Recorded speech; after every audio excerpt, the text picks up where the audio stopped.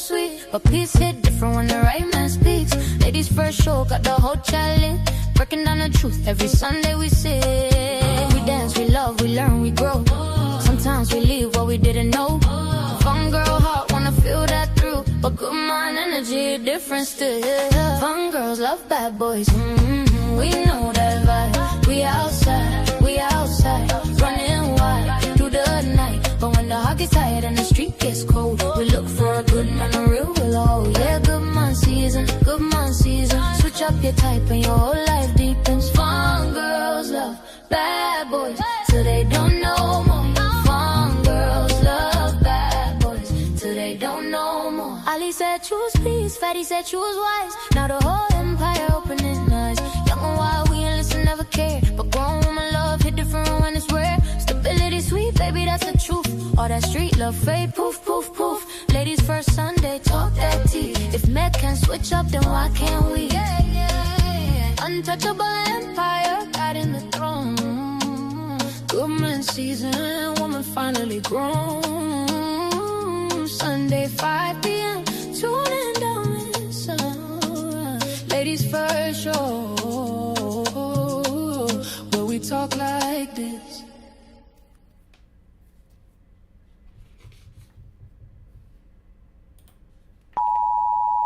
The content presented on the following show is intended for satirical and educational purposes only. The views, opinions, and statements expressed by panelists and guests are their own and do not necessarily reflect those of the host, production team, or channel.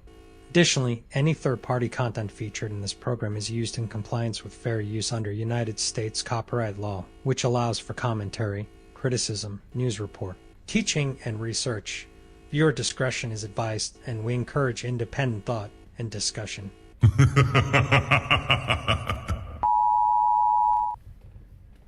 Yo, shout out to Fatty, shout out to Ali. It's ladies first, baby. Kick back, relax, and enjoy the show. They say men lead the way, and behind every move, every war, every throne has always been a woman.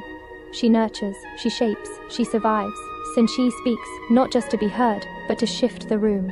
Because when the world gets loud, and 'tis her silence that says the most. This is not about taking over. This is about finally being heard. This is Ladies First. Like, a man is gonna do what a man is gonna do. You can't, I wouldn't want a man to tell me how to be a woman. So the real problem with relationship is women have no trust in men anymore. You want me to be submissive to you. You want me to treat you as the king that you deserve to be. If I am not having the mentality of a queen, if I am not having a mentality of a lifelong partner that needs to consider my man and make sure that I'm able to be here and please my man and think of it in that manner, if I do not have that mentality, I cannot give you what you want. Women really aren't doing that. Like Ali said, most women are focused on getting their degrees, what they want to do, their personal life, making sure that they don't lose themselves in a man or their kids and things like that. And that is one of the issues with dating today. And the reason why a lot of men are cheating is because men aren't getting what they need in the home. In order to make sure your man doesn't cheat, you have to do a lot. It's a lot of work. Y'all wouldn't believe them anyway. So if you are the ones with the issue of distrust, you are the problem. I'm sorry, you can't say a woman is the problem when you initially don't believe her when she enters the market anyway. If you're on Instagram and your panties and bra, and he comes into your DM, what part of respect do you think he coming in there with? And you're saying because you're a woman, you can be on Instagram in your panties and bra. As a woman who's a couple of decades older than you, and I'm gonna tell you that you're gonna get what you get.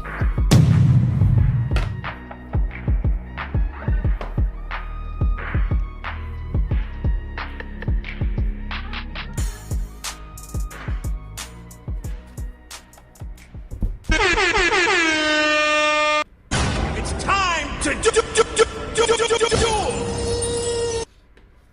How y'all doing, family? How y'all doing? Welcome back to another edition of the Ladies First, where we always put the ladies first. As always, big shout out to the people the panelists and the Untouchable chat for riding with us and helping us grow every single episode. Because of y'all, we're going to keep grinding and delivering the best shows we possibly can.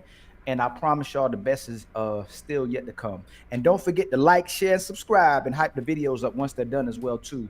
And if your favorite content creator is simulcasting or on this panel right now, make sure you show them love too. Drop those likes, bless them with super chats, and make sure y'all support all of our grind, okay? And if you're rocking with the content and supporting the Untouchables, please help us hit our goals today. But now let's introduce the guest, man. My brother, the one and only Angry Man, is in the building today. Smell the Roses has come to bless us as well too. My brother King Ali. We got to figure out which one is the real Ali this show. My sister too. I love HQ. HQ in the building as well too, and the one and only Ghosty as well too. Much love to you as well too. And we also got to introduce my fellow co-host, part of the Untouchables, my brother Fatty from the Untouchable Empire. Much love to you, my brother. That's me. Thank you very much for having me, Mr. Ali. Even though the real Ali is back, but we appreciate you. Thank you very much for hosting the show. Thanks. It's gonna be a light bright fight. Okay, it's crazy. Hey, Fatty, is the icebreaker? Does that have a video? No. Let's actually ask the icebreaker, see what's going on, because I don't want nobody to fight on the first minute of the show. Let's just get the icebreaker, and then I might have a video for the second part. But let's go with that. So is this specifically for the ladies that we addressing it, or for the men too? Today's ladies first. So let's get them. Yeah, Fatty boy, we be on it, don't we? Yeah, that's crazy. So, and by the way, friends, we're going to do one thing today before we go, right? We are not handling the super chats pretty well, so we developed the super chat timer that is going to say how many minutes to read the super chats. Please, the people on the panel, don't take offense to it. We're going to break the conversation real quick to read the super chats, and then we go back to the conversation. So no matter what is happening, as long as it's not something that is very hot and can wait, when the timer gets to 0, let's go to the super chat so they don't pile up. The people actually had that money read and respected, and then we go right back to the conversation. Okay, so once again, I truly appreciate y'all's support. Thank you very much for being here, and let's have fun. It's time to do. So, my brother Fatty, we used to have conversations in the back, and sometimes he goes public with it as well too. But he's saying that women's typical type is initially the first type of guy she was dealing with, and then she ends up settling with the second type of guys. But her first type is actually her real type. So, to be congruent with that, have you sisters ever curved a nice guy for a more fun and toxic guy? Let's start with Ghosty. And you don't have to drop any names. Wait, what do you mean by like? Are you asking? Did I ever think a nice guy was actually a bad boy, or? Sorry, what's the question? Did you pass up a good guy for a bad guy? Did you pass up a good guy for the bad boy? Yeah. For the.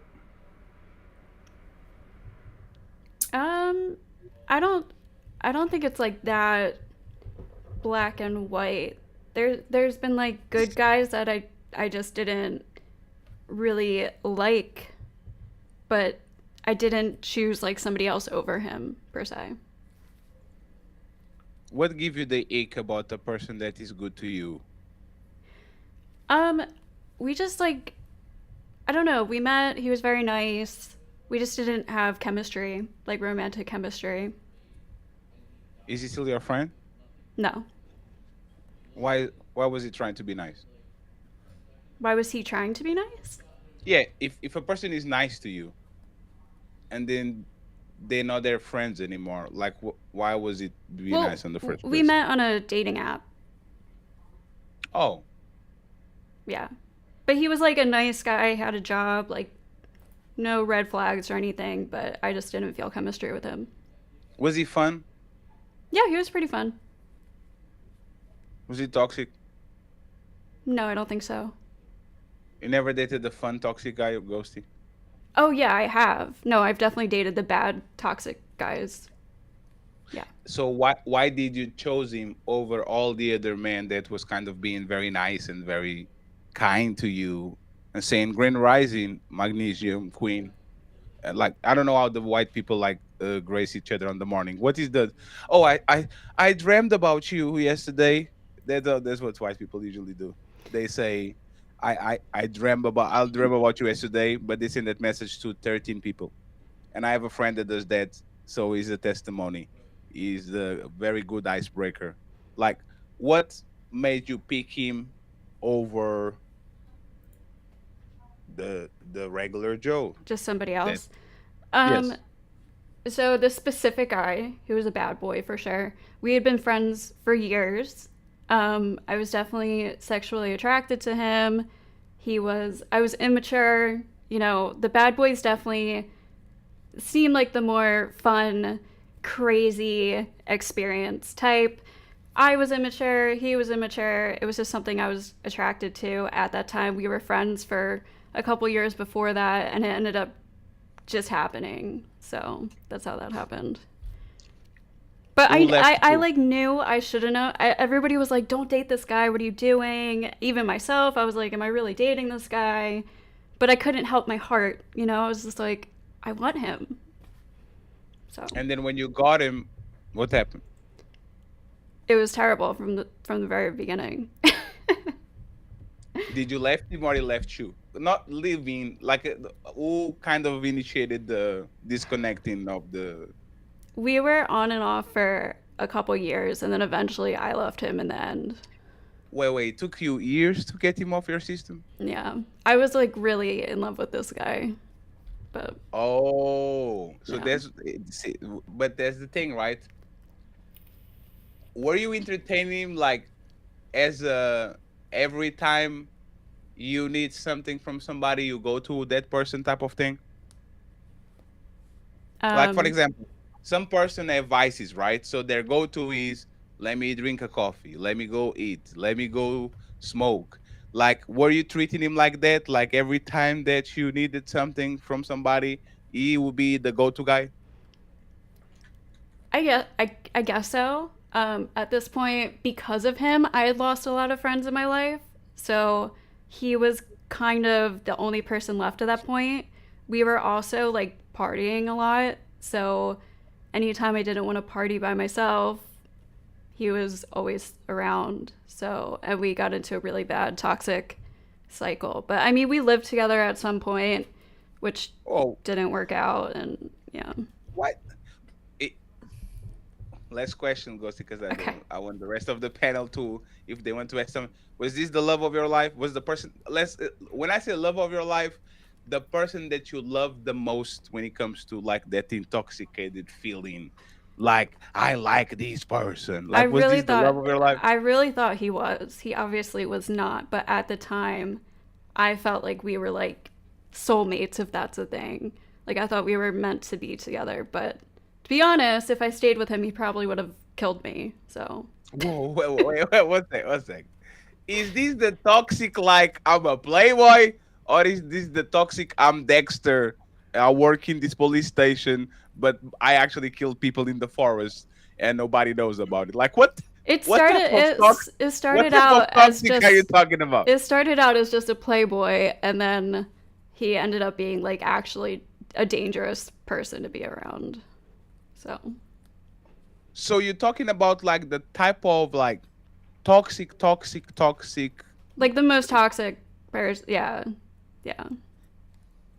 Ghosty, you're dating criminals too, Ghosty. What's going on? He did go to jail, but yeah. For one what? time. For what? He had like a mental health episode and was like, I don't know, the cops found him like screaming in the streets or something like that on drugs or something. It's kind of crazy.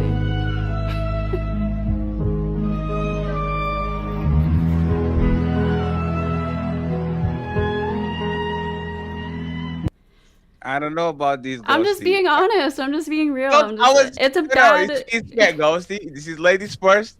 I wasn't just expecting that your toxic was that type of toxic. No, it was bad. It was really toxic. Yeah. Oh. Can he win you back? No. It's sad because like there's a part of me that still feels bad for him, and I want the best for him and stuff, but I can never be with him again. Is he blocked? Is he what?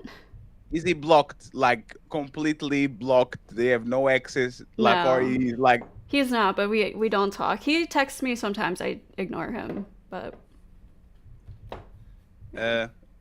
I'll pass it to the fellas before I go to Rose. Anybody wants to have any questions about what's going on here with Ghosty? And thank you very much for your honesty, Ghosty. That's actually pretty cool. I don't know. that's why I'm on here, just to be honest, because lots of people go through crazy shit and don't talk about it. So Angry Man and Ali, do you guys have any question? Sounds pretty standard to me. I got a question. Oh, The whole bad boy, good boy ideology.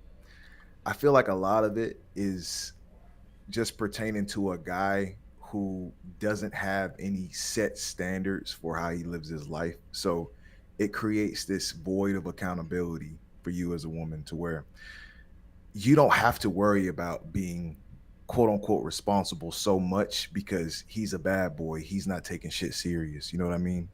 So I feel like the old school ideology of bad boy is different from what we call a bad boy in today's modern age. Like what we call a bad boy is just somebody who just doesn't have his shit together and doesn't give a damn. He has nothing to lose. So he provides less of a responsibility on your end to have to keep up with the shit you got going on. And I think a lot of that is appealing because it's like ignorance is bliss. You know what I mean? It's almost better to not know and have fun than to know and be plagued with knowledge. So that's my question to you is what made him a bad boy in comparison to the good men that you've dealt with? So what I was like personally attracted to, and I maybe this is just a me thing, but I think it's pretty common. I think it might be common for guys too, is just somebody who like doesn't give a fuck. Like he didn't give a fuck about anything. He didn't give a fuck about what other people thought of him. He did what he wanted on his own time. Just that. And I just found that really attractive when I was immature and naive and stupid. I was just attracted to that. I thought it was cool. I thought it was freeing in a way, which turned out to be the opposite. But I think that was just the I don't give a fuck kind of attitude. Like I'll do what I want kind of thing was what I found attractive. And I think that's what a lot of women like. It's almost like having a cool teacher that doesn't teach you shit, right? Their class is fun, but you don't really learn shit there, right? Yeah. Versus a teacher who is extremely structured, teaches you hella stuff every single day, but you hate going to their class because they're so strict. They don't let you get on your phone. They don't let you bullshit around, right? So it's like you love going to the other class because they just let you run free. It's like having a substitute, right? That's my theory on that. That's one way to look at it. There's also a couple of other things that could be going on. So one, you could have the girl that basically just wants to piss off her parents by dating somebody that she knows her parents will never approve of, basically to get back at them for whatever she feels like they're not doing in the moment. If she has a father that's not spending a lot of time with her, I'll go date the bad boy because that's going to piss off dad, or mom didn't do XYZ and I know she's not going to approve of this guy, right? So you have that. Then you also have the chicks that think they can change the guy, you know, they think they can change him into a good dude or whatever, or they just are too naive to understand that, yeah, he's dangerous. That also means he can be dangerous towards you. But I don't think they really care about that because if push comes to shove, if the relationship goes bad, they always have the last option of playing victim. So, you know, if things go bad and it's not a good relationship and it becomes abusive or they get their heart broken or whatever, they can always play the woe is me card. Oh my God, it was so horrible that I was in this relationship, because that's another way of farming attention. Damn. You know what's hilarious? And a lot of times this is why the red pill kind of ends up being right. Like the alpha fucks and the beta bucks was one of the first things I actually learned, and is like clockwork. Like no woman will, for whatever reason, escapes that cycle, right? And there's always a I love him so much, and it's you like him more than he likes you.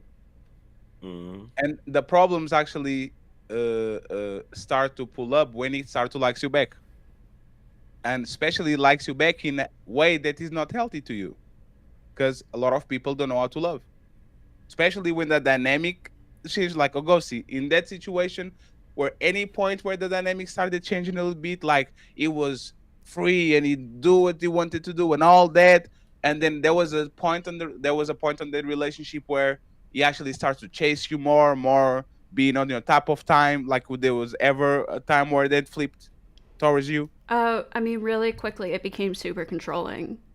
So, like text messages, who I can hang out with.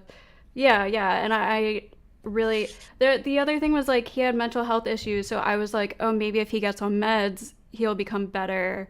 And he won't be like this kind of thing. Holy shit. Like, because we're in our early 20s, so this is when like mental health issues start really developing and diagnoses start coming in and stuff.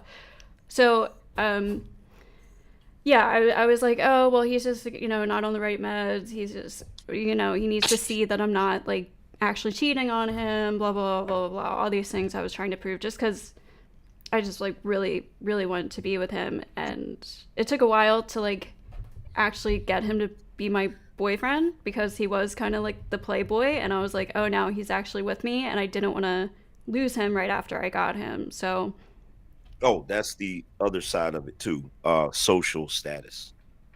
I mean, there was no social status. There was no social status to gain from being with him, trust me. But there's a science behind initially there was. If you're saying that he was the playboy, which meant that a lot of other girls liked him, and then you said it took you a while to get with him, and so when you finally got with him, whether you admit it or not, that was social status. Look at who I was able to get with.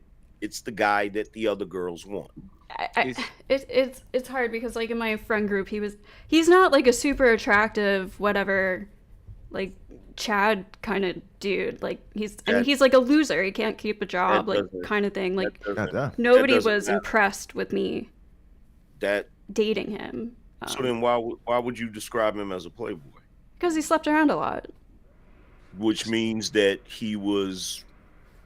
other women found him attractive enough to sleep with him, correct? Pre-selection. It was pre-selected, absolutely. So I guess, so then by virtue of him being able to sleep with a bunch of girls, that's social status. I guess you can say that. I really did not see it that way though. And I just want to say then what was the reason that you were attracted to him? I mean, you said yourself a second ago that he was a playboy. That was your words. Yeah. And then you said that you tried really hard to get with him. So why would you try really hard to get with a loser? Because I liked him. He was my friend, and we had a lot in common, and we had good chemistry. I liked his personality. Excitement is why you liked him. I'm pretty sure the other girls probably felt similar. That's why I'm saying I don't know if they even got to know him. Like, but I just want to say, like, I don't think this is just a woman thing. I think it's a maturity thing. You see lots of young guys dating totally toxic, bad women too, chasing the bad women who don't care about them also. So I really think this is a maturity thing. It has nothing to do with beta bucks, blah, blah, blah, blah. Eventually people grow up and do value more stability and calmness in their life, and usually grow out of this. There's some people who don't, but it's not like a man-woman thing. So, but the problem is he's still your type. Like you can grow up out of big booties and big titties, but he's still your type. You see what I'm saying? So even if you say, oh, I grow out of it and it was not all that, like we have a case, like I don't know if you guys saw what happened with Summer Walker, like some messages of her leaked, and she is trying to, right, Rose? Pizza Hut. Her name is Pizza Hut. right? So she had this dude that then got another it girl, and instead of her having sex with 4 billion men in the planet, she wants that dude because every woman wants that dude, and that dude has a beautiful woman on his side. So, like, women a lot of times pretend that they don't see value in the man that not every other woman, but a lot of other women want. It's a challenge. I want him, another woman want him, but I'm going to get him, and I'm going to value him because of that. But as soon as I get him, and he starts to like me back, now he's a completely different game. Now he's super controlling. Now he's and it's fair because he might be actually be there. Like a lot of men that are nonchalant when they are dating and they don't care about woman. When they get one, they project. Oh, I was doing this when I didn't have the relationship and the monogamy thing. So I'm going to take her off the market on an aggressive way. Go ahead, Angry Man. So I gotta point this out because you immediately went to, I don't think it's a woman thing. There's fundamental differences between the way men and women date and mate, and the alpha fucks beta bucks thing. It's not something that somebody just came up with in their head. It's an actual thing. It has been disproven, but you don't typically. No, it hasn't. It has. Stop. No, the literal guy who came up with it said he doesn't believe in that theory anymore. It doesn't. That him not believing in the theory doesn't mean it doesn't work. Doesn't mean it doesn't function. So that's one thing, because this is the one thing that annoys the shit out of me with a lot of you newbies up here. It's like y'all come up here and you can't have a genuine conversation in good faith. It's like you're always trying to debunk the red pill. It's so freaking annoying. It debunked Number itself. one, this is something no, it didn't. Because first of all, red pill is just reality. Do you even know the definition of red pill? Yeah. What's the definition of red pill? It's like from the Matrix, taking the reality pill instead of the blindfolded, fed in whatever. So the blue pill was basically the fantasy that people were living in, and the red pill was them knowing the truth, right? Mm-hmm. So what you're telling me is the truth has been debunked. No, because red pill is really a niche. Like, are we gonna say like science is red pill? No, it's a men's self-help dating niche. No, it's not. That's what people refer to when they refer to red pill. They don't say, science is red pill. No, it isn't. No, it isn't. And that's the problem. The problem is y'all have come up here and you look at people like Fresh and Fit. You look at people like Andrew Wilson. You look at all of the new people that have come along and you base it off of that. That is not the origin of it. The origin of red pill, see, this is the part where you actually. This isn't new to me. I've been deep in this. This is the part where you actually listen. This is the part where you actually listen. Go ahead. Okay, so it's not new to you. Then tell me this: give me 3 names of people that were the original red pill guys. Give me 3 names. Oh God, off the top of my head. Yeah, off the top. Yeah, you said you haven't just started doing this, so you should be able to do it. And you can say Andrew Tate, please. No, I wasn't gonna say Don't Andrew do that. Tate. I honestly forget their names. One of them is it's a black guy. I forget his name. Maybe Jackson or something. No. Derek Jackson. Derek Jackson. No, I have no idea. No, to be honest, like I forget their names. But... Damn, Derek Jackson, you got caught on the red pill, sir.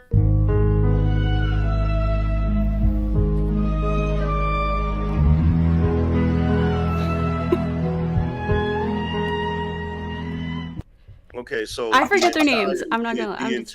The entire concept of red pill is men learning the truth about what the dating game really is. That's it. It's all about learning the truth. It has nothing to do with all of this convoluted stuff that y'all love to come up with, and it's really annoying to listen to. Number one, when we talk about alpha fucks and beta bucks, there's a phenomenon that we notice in dating that happens quite often. In fact, I could use somebody like what's old boy's name that looked like Uncle Phil that be on the internet? What's his name? Y'all know who I'm talking about. Oh, see, you forget names too. Funny. Y'all know who I'm talking about. What's old boy's name? He's from where? Uncle Phil. He looks like Uncle Phil. He's supposed to be an economist. He has the joint Your Black World or something like that. What's his name? I keep forgetting. Moist. Oh, he's talking about big Boyce Watkins. Thank you. Yes.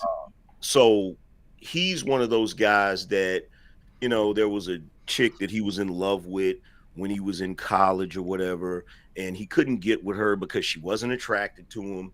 And then all of these years later, after she's had kids with some other guy, now he's married to her. This happens all the time. It is very rare that you will see a woman, a young woman, who is extremely attracted to a jock or a popular guy in high school, and she's not able to get with him. And then after he's become an older guy and all of his high school glory years are over and he's got a pot belly and he's balding, does that woman circle the block and get back with him at 40? It doesn't happen. It doesn't happen. So to sit here and pretend like, oh, well, this is just the same thing that men and women go through. No, we have drastically different lives when it comes to dating, especially when we start in high school. You start out from a position where, you know, you have way more of an ability to get guys. Maybe not every guy that you want, but you have a hell of a lot more of a shot of getting a guy than most guys do in high school. It's just a reality. I'm not saying there's no differences. I'm saying when it comes to this, I think a lot of men do chase after the bad women, toxic women when they're younger, just like women do. They chase after bad, toxic men when they're younger, and then they mature and grow out of that. Men do not. Here's the thing. This is the thing about men don't chase after toxic women in high school. In high school, no. See, this is the problem. You're correlating. You're not understanding. Even though a woman can be toxic because she's a good-looking woman, you're correlating those two things. Guys chase women because of their aesthetics. We're not really thinking about the way they behave or the way their mentality is. We don't chase women that are considered the bad girls the way that women chase guys that are the bad boys. The number one thing men are attracted to is confidence. So how a woman behaves. It's big titty. It all boils down to the fact that No way. Just one second, friends. Ghosty, you're going to put a woman with a lot of confidence and she's flat, and you're going to put a woman with no confidence that is juicy. You put her in front of 100 men. Like, let's go with Pamela Anderson and the plain Jane from 50 Shades of Grey. You are going to put both of them on their prime in front of men, and universally. I mean, that's a pretty extreme example. No, that's not an extreme. It's just a level of attractiveness. But Fatty, we could take it a step further. I can tell you right now that a high school boy, when he's attracted to a high school girl, it has absolutely nothing to do with anything about her personality. It is literally the way she looks and the fantasy that he has made in his head about what it's going to be like if he can talk to her. I don't think all men are that shallow, but if that's your experience, go for it. But I don't think all men are that shallow. Nothing is most men. Nothing is all men. I'm pretty sure the last time I had a conversation with you, I pointed out that you cannot tell me the way men think. I'm pretty sure I pointed that out. All right, then don't tell me the way that women date, okay? About alpha fox and beta bucks? Don't tell me about that then, okay? So Shut the fuck up. So number one, telling me how a man thinks is drastically different than me telling you how a woman dates. We can prove how a woman dates. You can't prove how a man thinks. Those are two different things. Thinking leads to the dating. They're kind of connected, but we can move on. You can't prove how someone. So you're telling me you can prove how someone thinks? Their actions are kind of determined by their mindset. So, really? Yeah. So you're a mind reader. But that was the point, Ghosty. Like, you contradict yourself several times while you were talking, right? You admitted that women do it and men do it too, and then you said that doesn't exist. Like, you literally did that. You said Men do it, men do it too, meaning men do it with women. Men chose like this toxic woman, and then they go get mature and they go get the secure woman. So you admitted that that's not what alpha fucks and beta bucks is, though. Alpha fucks. No, alpha bucks is a dual mate strategy. Yeah, is literally what it is. That's like not the same as just liking bad boys second, when you're young. Alpha fucks and beta bucks is a dual male strategy. Women are going to go for the fun guy, for the very attractive guy, for the guy that is interesting, charismatic as all the woman. And then once they get tired of that, they will graduate into the secure guy, the guy that they wouldn't look their way. That's not what that means. Hey, Ghosty, respect. That is what that is. Hey, Ghosty. Actually, let me play a video. Woman. So wait a minute. You're up here talking about alpha fucks and beta bucks, and you don't even understand what it means. So they're saying that the alpha fucks beta bucks is men will sleep with the hot guy while using the boring whatever guy for his money. No, there's dual mate strategy. Bucks means they. What does dual mating mean? One second, please. I'm going to play this for you. Shout out to Coach Greg Adams. This is the best video on the internet, right? He's going to describe exactly what you are saying. Pay with attention, Ghosty, because this is what we're talking about. It's not at the same time. It's a season, okay? So let's listen to this beautiful woman. 44 minutes. Let's hear what she has to say. Secret that many guys don't know, especially in today's day and age, is that women love nice guys. We may not understand how much we love and appreciate them until we're a little older, and we've gotten that sort of asshole phase out of our systems. I'd say by our late 20s, early 30s is the point in our lives when we're just exhausted by the jerks and we have no time in our lives anymore for them. So we really start looking for men who we know will be great long-term partners, aka nice guys, right? And that's you.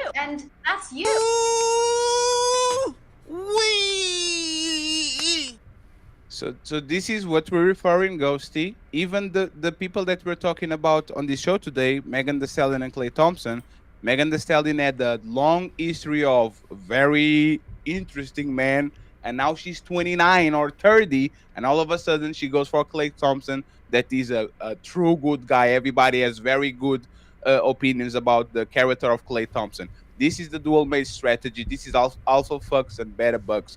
Woman will fuck the men that they find attractive and excited and they like, and then when they get later in life and they want to settle down, they go for the secure guy, for the guy that is going to be more compliant, more responsible, take care of their kids, have a mortgage with them and all that.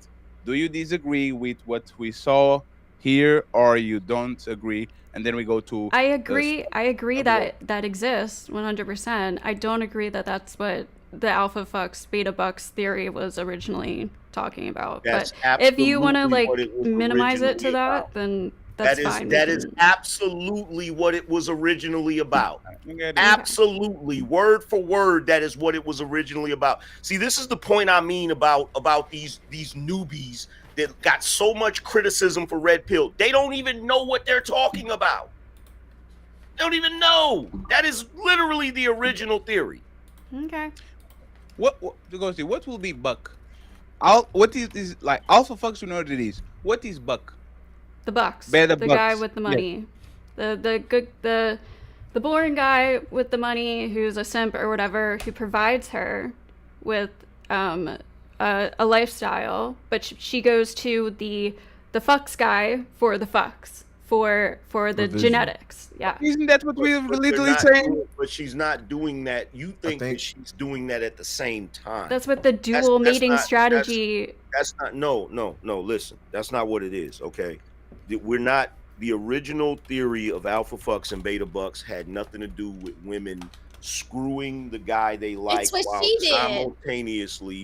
simultaneously getting the money from the guy that she's not attracted to. What it was women who were having their hoe phase with the guys they like, with the bad boys, and then once they got tired of the COCK carousel, right, then they would date the nice more guy. mature. And this is the reason why in these spaces the guys have always been so against single mothers, because the single mother was a representation of a woman who Going got through pregnant and had kids by the alpha, and then later wants the beta to take care of her and those kids.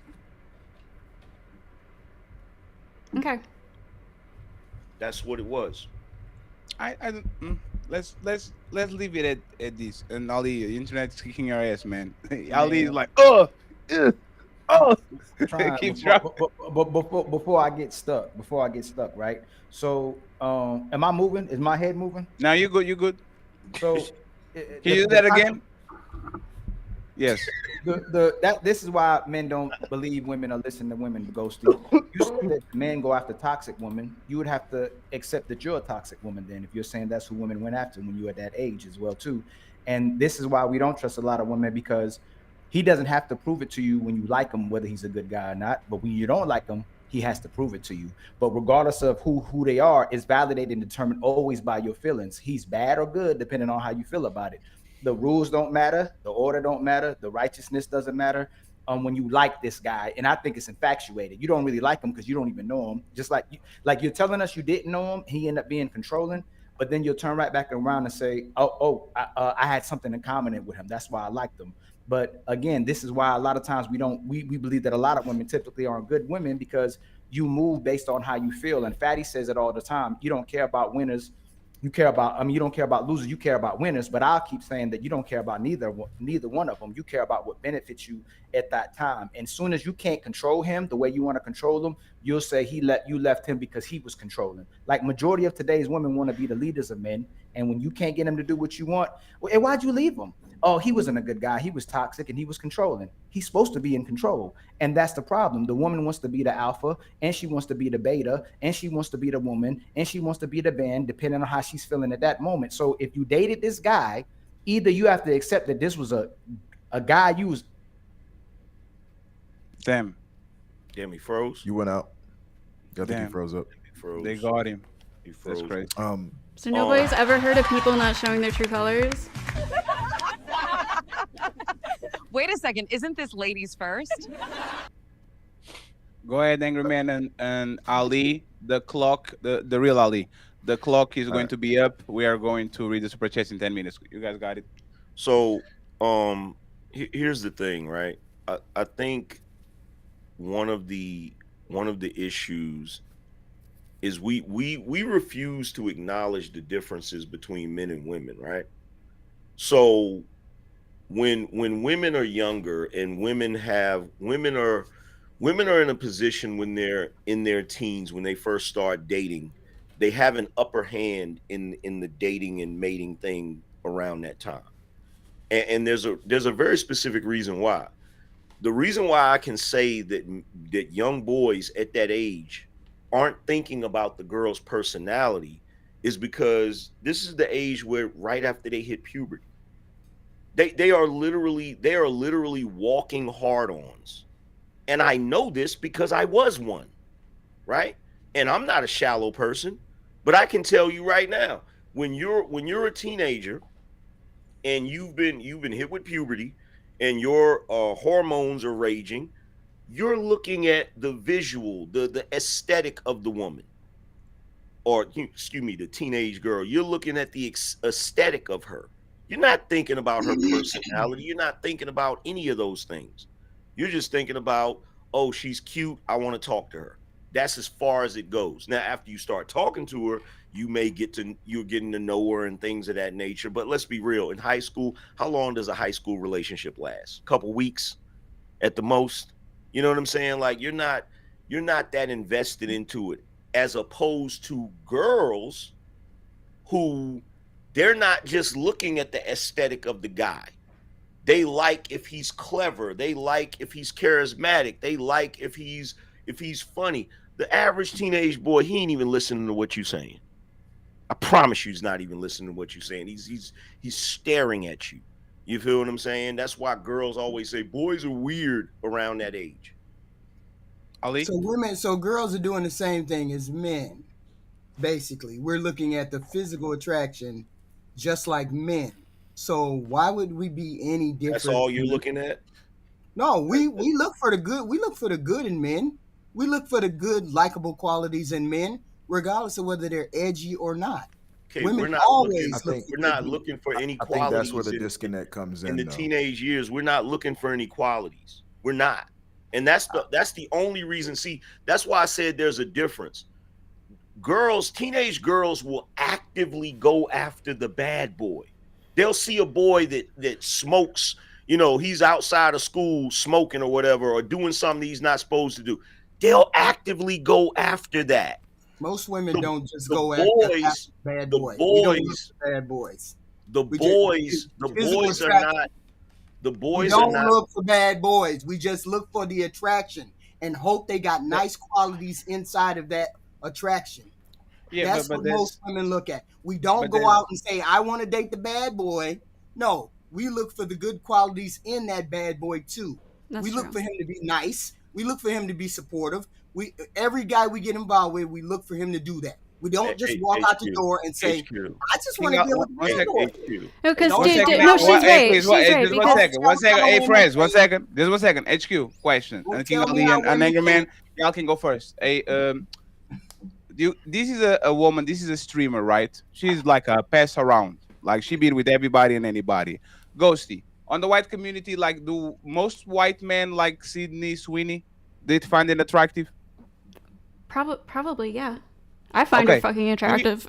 Okay. Do you think this woman or Sydney Sweeney wouldn't have every man fawning over them, even if they were boring woman or not interesting woman or woman that imagine that we don't know Sydney Sweeney personality or Scarlett Johansson or Angelina Jolie. Imagine that the man gets with them and they are just regular. They are not fun. They are not charismatic. Do you think most men are still going and trying to keep them if they have a good personality? Or you think they're saying, no, because I want a bad girl that is edgy and all that? Like, do you think most men will go? HQ and Ghosty, please.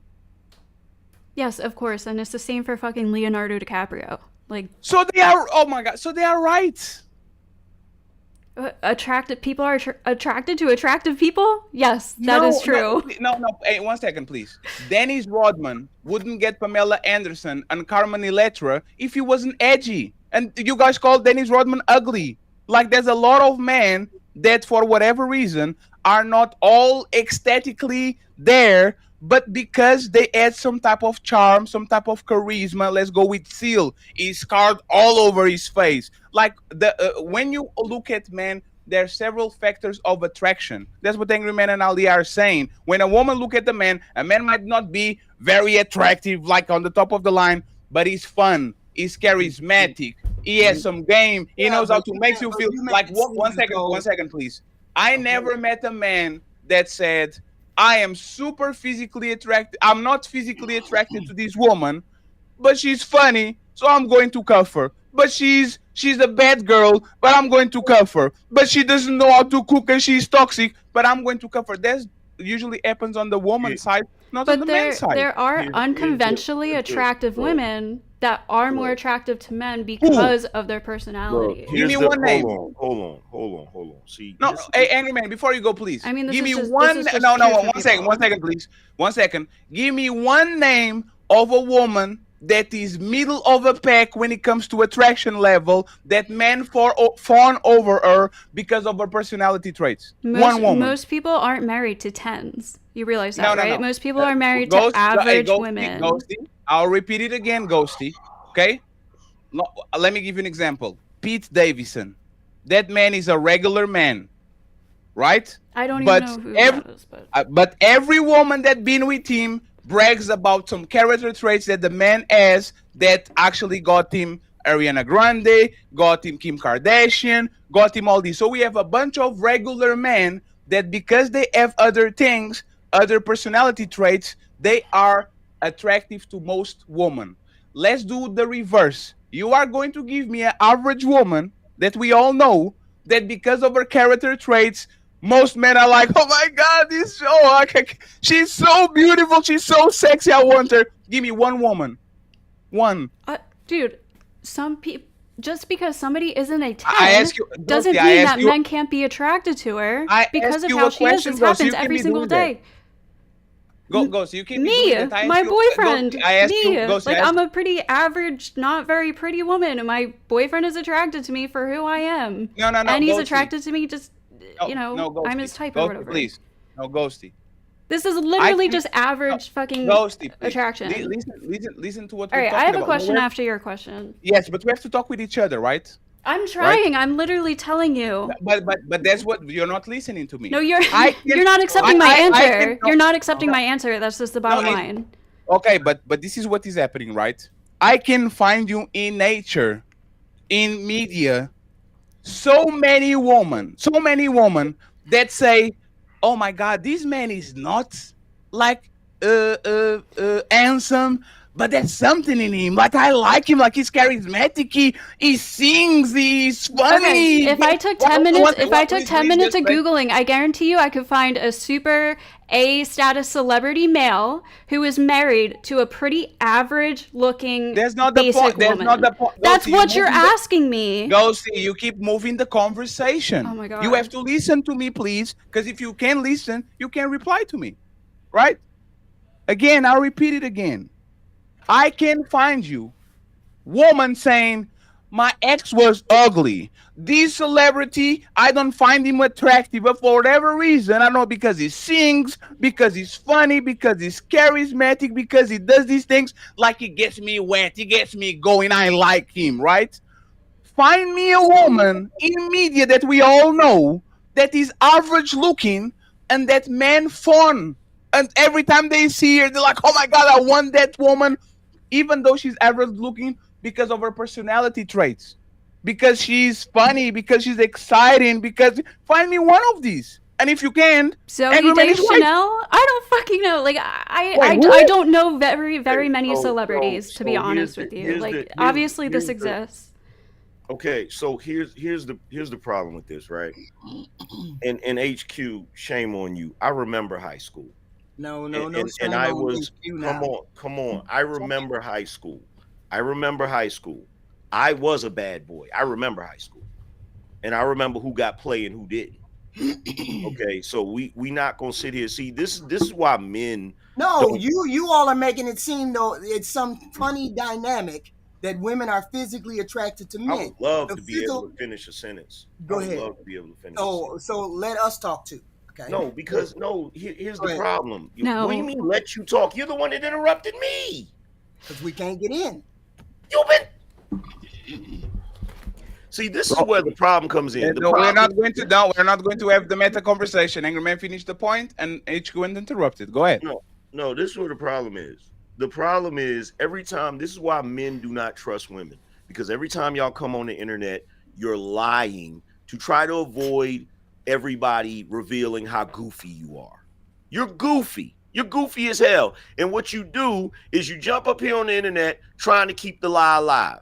We're literally opposites, to the point where a man will overlook a woman's behavior because of how she looks, and a woman will overlook a man's looks because of how he behaves. We're literally the opposite. I have a Literally. question. I have a question for the guys. When was your first heartbreak? 20. Self-inflicted. Middle school. 12. Oh, Damn, 12. wow, your heart was broken when you were 12 years old. What's the point? I thought you didn't like care about women's There is personalities, no so point. There is no point. It was what? There is how no would your point. heart be She's being broken rude. if you didn't want? I think the biggest let's disconnect pause is for a that second. Hold on, let's pause for a second. I'm pretty sure, and we can rewind the tape. I'm pretty sure I said verbatim that a teenage boy is just looking at the aesthetic of the teenage girl until after he gets her. So how would your heart be broken? And then once he gets her, is she listen? Does she? Okay, so she has ears, right? after you get her, then you fall in love She with has her. ears, right? She has ears, right? See, the reason why you didn't hear me say that is because you're waiting to respond instead of actually listening to me. I'm going to repeat what I said again.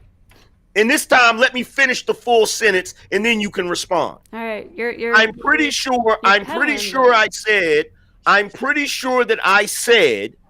a teenage boy is initially looking at the aesthetic of the girl. He's not thinking about her personality until after they get together, and then he gets to know her. Okay, you didn't say that. You didn't say the after part before. You just said that now. Do y'all remember me saying that? Yes, and we can rewind the tape. And I'm saying to you, women respond the same way, except we don't take physical attraction as the main factor. We look at whether he's nice, whether he has a personality. We look at all of those things when we get involved with men. Right. We just don't get involved with men because they're bad boys. We get involved with them because of other things too. But the attraction, the initial attraction, is always there too. No, that was not the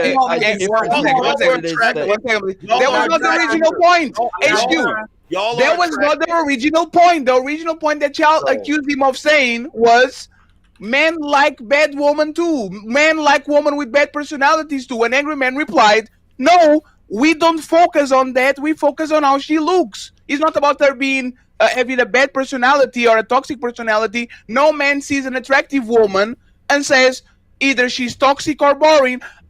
She's boring. I don't want her. That doesn't happen. That's what he said. That's the original point. So why don't you actually tackle this point? Why don't you actually say, why are men where are these men that meet this attractive woman at 12, 14, 16, 20, 25, 30, 40, and as soon as they see that she's not a bad girl or she's not a toxic girl, they said, nah, I don't want to fuck Amber Rose because she's a good girl. Who is this? Who is this person? There are dudes, just to prove this, there are guys that would be considered normal, average, everyday guys. They're not ugly. They're not super handsome. They're just regular guys. The moment that woman identifies him as being lame or corny, she's no longer attracted to him. Facts. She's no longer attracted to him. So how do you explain that? I know numerous times there have been guys that a woman would see and they'll be like, oh, he's physically attractive. I was really attracted to him until he started talking. So you're telling me there's not guys. You're telling me there's not guys who date pretty women and then aren't attracted to them anymore once they realize they have a terrible personality. That's the opposite of what you said. Are you serious? That's the opposite of what you said, Ghosty. They're listening to you. Hey, Ghosty. Are you serious? Hey, Angry Man, go sign me on this. Go on. A lot of men think that a lame woman is cute. Like, you go to these anime conventions and you see these women that are semi-attractive, but that are a little bit like lame. They don't have a personality per se. A man will get a woman that is cute and has a kind of a lame personality, and he says, oh my God, she's so cute. I'm going to cover that shit, right? Woman have the opposite reaction. Even if the man is attractive, like Angry Man is saying, and he opens his mouth and he's lame, y'all do the, oh my God, this motherfucker is right here. Hey, Fatty, what is it they say? You get the ick. I've literally heard guys say that there is a super hot girl that he will talk to. As soon as he talks to her, if she sounds like a fucking dimbo or she's really annoying or something, he's immediately turned off by her. She could be a fucking 10, but if she's stupid and fucking annoying, he doesn't want to be with her anymore. That's because she didn't give him any. That was his excuse because he wasn't able to get laid. Okay. That was his excuse because he wasn't able to get laid. Because look, I guarantee you, if you take that same guy with that same chick that he thought was smoking hot, and she had a nasty attitude, but regardless, or she was ditzy, but regardless, she was like, hey, you want to go in this bathroom and do it? Guess what's going to happen? Guess what's going to happen? It is true to an extent that, like, there's the men and women are looking at different things. So, like, obviously when, like, the idea that men hit on women is that, like, because they have to walk up and ask for their phone numbers and they have to, like, you know, go up to the woman, though, like, they're looking at a woman just to see if she's attractive. That's what's going to make him go up and ask her for her phone number or ask her for a date. Whereas the woman, she's waiting to see how he asks her out. She wants to see how he drops a line, or if he's like, you know, if he's if he's smart or if he has if he's funny or something like that. She wants like some more personality. She wants more to it. The guy just needs to see somebody who's attractive enough, and that's enough for him to ask her out. But I do think that like there's more after that that has to. Let me ask you this, like, Tom. Let me ask you this, Tom. Let me ask you this question, and be totally honest. Now, the social dynamic between the way men date and the way women date is drastically different for one very specific reason. A guy will look at a woman and he's attracted to the way she looks. He's not really worried about her personality in that moment, in the initial thing. He can get to know her and all that. He's just focused on how good she looks. Would you say that the reason why a woman is going to be more heavily focused on his mentality over his looks is because he has the ability to kill her? I think that it's a number of if factors. She picks but I the think, wrong, like, if she pick, what I I'm think saying that is that's obviously part of it. But I think the main factor is that she's looking for like somebody who's generally the idea is that women are going to be looking for. What I'm somebody saying who's is capable of that being like a protector or somebody who's able to like take care of them, somebody who has good character, and so that's probably part of it. But what I'm saying is, if you're in a bar, if you're a woman in a bar, and you women can correct me if I'm wrong, if you're a woman in a bar and a guy approaches you, you're going to be paying attention to his personality traits to make sure he's not a psycho. Correct me if I'm wrong. Yeah, of course. Okay, so the point that I've been trying to make this entire time is that we as men, one, we don't have to focus on that. We don't have to focus on that. Dudes date chicks that are psychos all the time. All the time. And the reason why they're willing to do it is you could ask a guy like, oh my God, she's crazy. Why are you talking to her? And he'll be like, look at her. I like crazy chicks though. Look at her. Look at her. Yeah, this is what I'm saying. Some guys are attracted to the toxic, crazy chicks, though. This is like a common and trope. some men love fat women. Of course, she has to be attractive too, but like, some guys like crazy chicks. Some men love 300-pound woman, 600-pound woman. That doesn't disprove the point that men love attractive women or women that are in shape. Huh? So it's still a trope, just as much as women. No. Ghosty. This is. We have to talk we have to talk with each other in the same language, right? You will always find in nature somebody that does something. Men like their balls stomped by dominatrix, right? That doesn't prove that most men like that. There's a very small. When I say trope, I'm saying it's common. Yes, but there's a very small niche of men. If you go to men in mass, 100 men, and you say you want to marry a peaceful woman or you want to marry a toxic woman, most men would not reply like Tom. Most men will say, give me the peaceful woman 1,000 times out of 1,000. That's what we do. We understand that there's fun woman that we are with them for a very short period, and we understand that's actually the woman that we kind of like and we love and will die for them, which is the peaceful woman, the woman that is taking care of your kids, is being respectful and all that. Just because Tom likes a toxic woman, doesn't that mean that most men will actually go for her? He understands he's on a minority. Isn't that fair? I don't see the difference. Go ahead. You don't see the difference? No, let HQ go. You're never gonna. No, I was going to address a different point. You all made it seem as though women date bad boys, so they're going to look for the bad boy. But isn't the argument that Angry Man just made undercutting that whole thing? You say we go for bad boys, the toxic guy, the guy that's all, the troll guy. That's not true. Just like Angry Man said, we have to figure out whether that person has a bad personality, there's badness to him, there's something that will bring danger to us. We are always looking at that. So no, we do not go for the bad guy. It's part of an attraction. No. That was clever. That was clever. Exactly. That was clever. That was clever. It was clever that you did that. But as I stated before, y'all are goofy. And I'll give you a prime example. If I were to walk up to you, HQ, if let's say me and you were in a relationship, HQ, let's say that we were at a Christmas party, right? And I walked up to you and just started choking the shit out of you. You'd be like, what the hell is wrong with you? Get your hands off me. Why are you doing that? But if we in the bedroom, I can choke the shit out of you. So the reality is that y'all try to find a happy medium.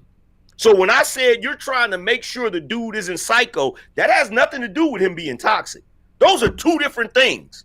You can be toxic and not be psycho, and you know exactly what I'm talking about. So don't try to do that, because you know what I'm talking about. You want the guy that's gonna go right to the edge of being psycho, but not go over the cliff.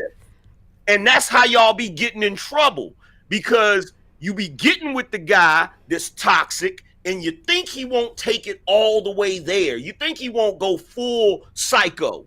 And then when y'all relationships start going bad and he go full psycho, you're like, I can't believe he did this. What was the clue? The fact that you met him in a bar and he was beating the crap out of somebody and you found it sexy? But we do not specifically go for the bad guys. We do not do that. HQ, y'all date drug dealers. Wait, HQ. Yeah, HQ. but we still look for kindness. Guys, we still look for support. We still look for people who... The guys in high school that y'all went after was the class clown that didn't do his work in class, the guy that got to fighting in the locker room or got to fighting in the hallway, the guy that was smoking cigarettes or weed in the bathroom that's out there where the football field is at. All of the bad boys. So y'all did not go for the guys. Y'all did not. Yo, check this out. No, hold on. Hold on. Wait. Real quick. Wait a minute. Y'all did not go for the guys. You did not go for the guys that were at lunch playing Magic the Gathering. I understand what you're saying. Exclusive though. Stop. Doing that is not mutually exclusive from a nice guy. To HQ's point, the most attractive part is when these bad boys treat specifically you nice. That is what makes you feel. It makes you feel super special. Okay, that's what he said. He said, "Y'all going to get these guys that are dangerous and mean to everybody." But they are nice to you, and you are going to be so close to the edge that then when these motherfuckers start to act like them with you, now you mad because it's what it is. And by the way, respectfully, hey, 1 second, Bob, just 1 second. I'm going to play this, right? Y'all are full of shit, man. I understand what's going on. I never denied that women went after bad boys. I'm just saying that guys do the same thing, and then they end up in a crazy situation with a crazy chick, and they're like, wow, I wonder why she ended up doing this to me. And it's like, no. You ignored the signs because she was hot. Ghosty, you saying men do the same thing doesn't deny what women do. You say women don't do that. I never denied that. You say women don't do that, and then you flip it to men do the same thing. I never said women don't do that. I said women are attracted to bad boys when they're young. Yeah. Okay. So let's do this, right? I'm going to play this, and shout out to Lucky for joining the panel. And then I need to get Roses, please. Please, Rose, be quiet. We have to read the super chats, and then we go back to the show. Okay? Listen to this. And HQ definitely dated for women and. No, she didn't. She was a kept woman. Let's go to the video, please. I have this much respect for women, and I was liking this girl in Tam. She told me I was too nice. I couldn't believe it. Bitches ain't shit. We don't love them hoes. So this is a great example of what women do. This man was a actor, and he was nice, and he was a feminist, and he was awesome, and he loved women, and nobody gave him play.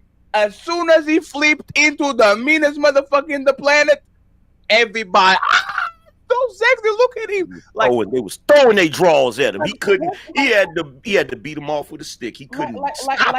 Listen, yeah, I still don't see the difference. Like the question is, and like he literally is saying, like there's a moment in Tupac live that he says, like just a year ago I was in this nightclub and I couldn't get no play. I was too skinny. I was too this. I was too that. They would give me no play.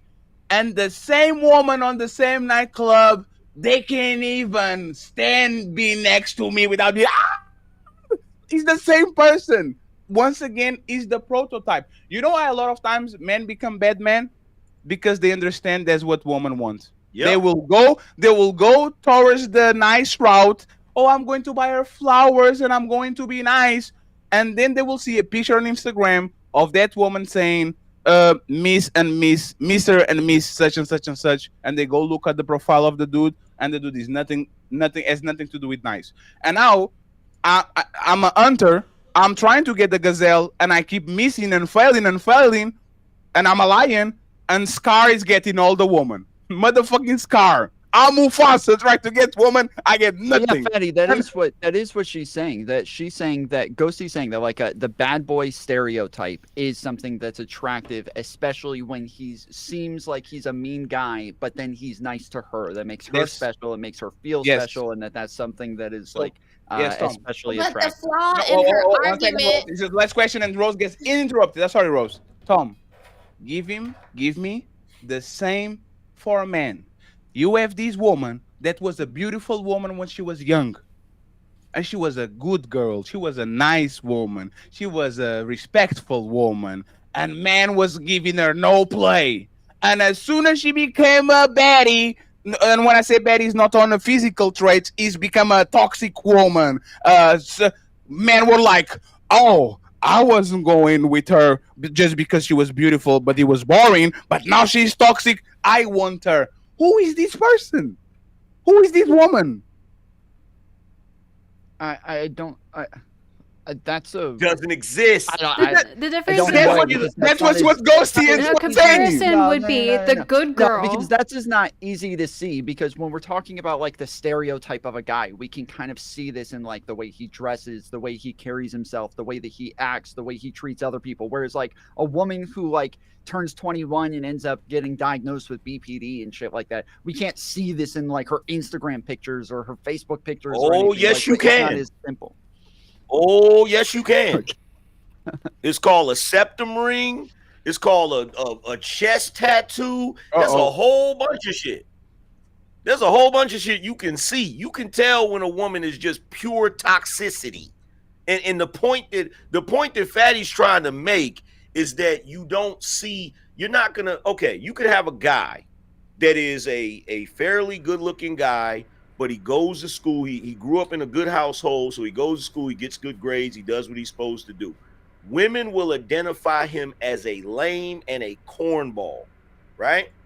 Now, when he gets older, if he decides to switch it up and be more thugged out and be more edgy or whatever, then all of a sudden the women will start giving him play, right? Yes. Now, on the flip side, if you have a girl in school that goes to school, gets good grades, she's a pretty girl, dudes are still gonna try to talk to her. They're not tripping about her getting good grades. They're not tripping about her being on the honor roll. They ain't tripping about that because they find her attractive. Yes. Yeah, but if you have a good average girl, an average girl who's a good girl, she's a conservative Christian, good straight A student, and there's a hotter chick who is more toxic, you literally said all the guys go for is attraction. So the guys are gonna pass up. The guys are gonna pass up the good girls. Ghosty, you are not going to sleep that there. That is hotter. You're not going to sleep that there. These women are the same woman. Don't say that the toxic woman is hotter. Angry Man is saying he literally said an average. I'm giving the exact same example. He said an averagely attractive guy is going to be passed up for the bad boy. Ghosty. No, that's not what I said. What he said is looks based. If the woman looks good but she's nerdy or lame, she will get a lot of men going at her. Look at these religious women that are pretty and attractive. They get a bunch of men trying to all at them. Yeah, as all long the nerdy girls in high school have boyfriends. Right. Oh my, Ghosty. Hey, Ghosty. Respectfully, right? Ghosty. Hey, fellas. And please, Rose next. Fellas. Correct me if I'm wrong. The only thing that's going to make a man not looking at a woman when she's 20 and then looking at a woman when she's 28 is the late bloomer shit. Yep. She was the ugly duckling.